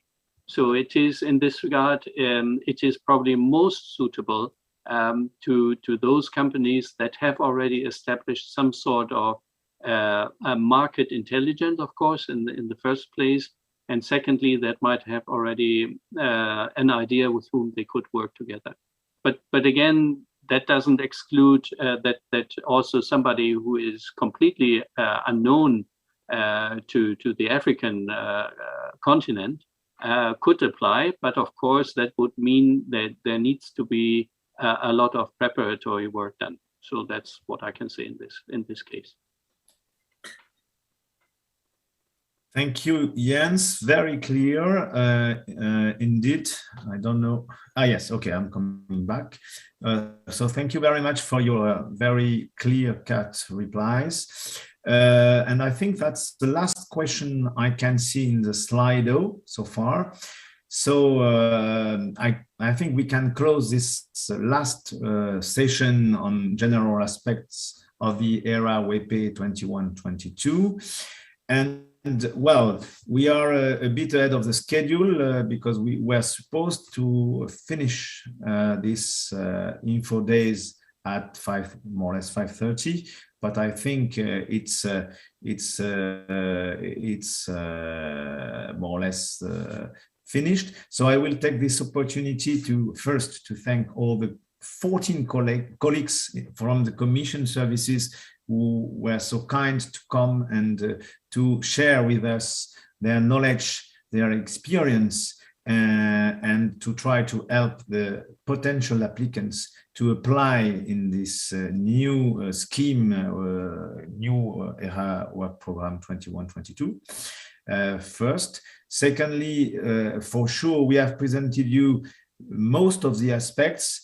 First, let's say the competitive calls, but in some of the presentation, you have also some presentation related to communication aspects, studies, reports. So it was also designed to give you a kind of global vision of the activities generated by this ERA work program. I want also to recall you that the budget for 21 is a little less than 90 millions, and for 22 a little less than 87 millions. So it's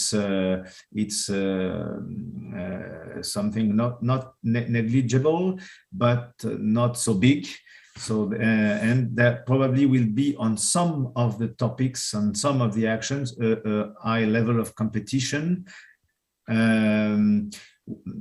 Another aspect also to be highlighted, let's say that the publication of the call in June and the closure in September is not, let's say, very easy for the potential applicants, because we are absolutely aware that we are going to ruin your holidays, because you will be in a position to work during these holidays and to prepare the application. So we are absolutely aware of that, but it's linked to the context and to the policy context. But we hope it will not refrain you from submitting proposals to this ERA Work Program 21-22.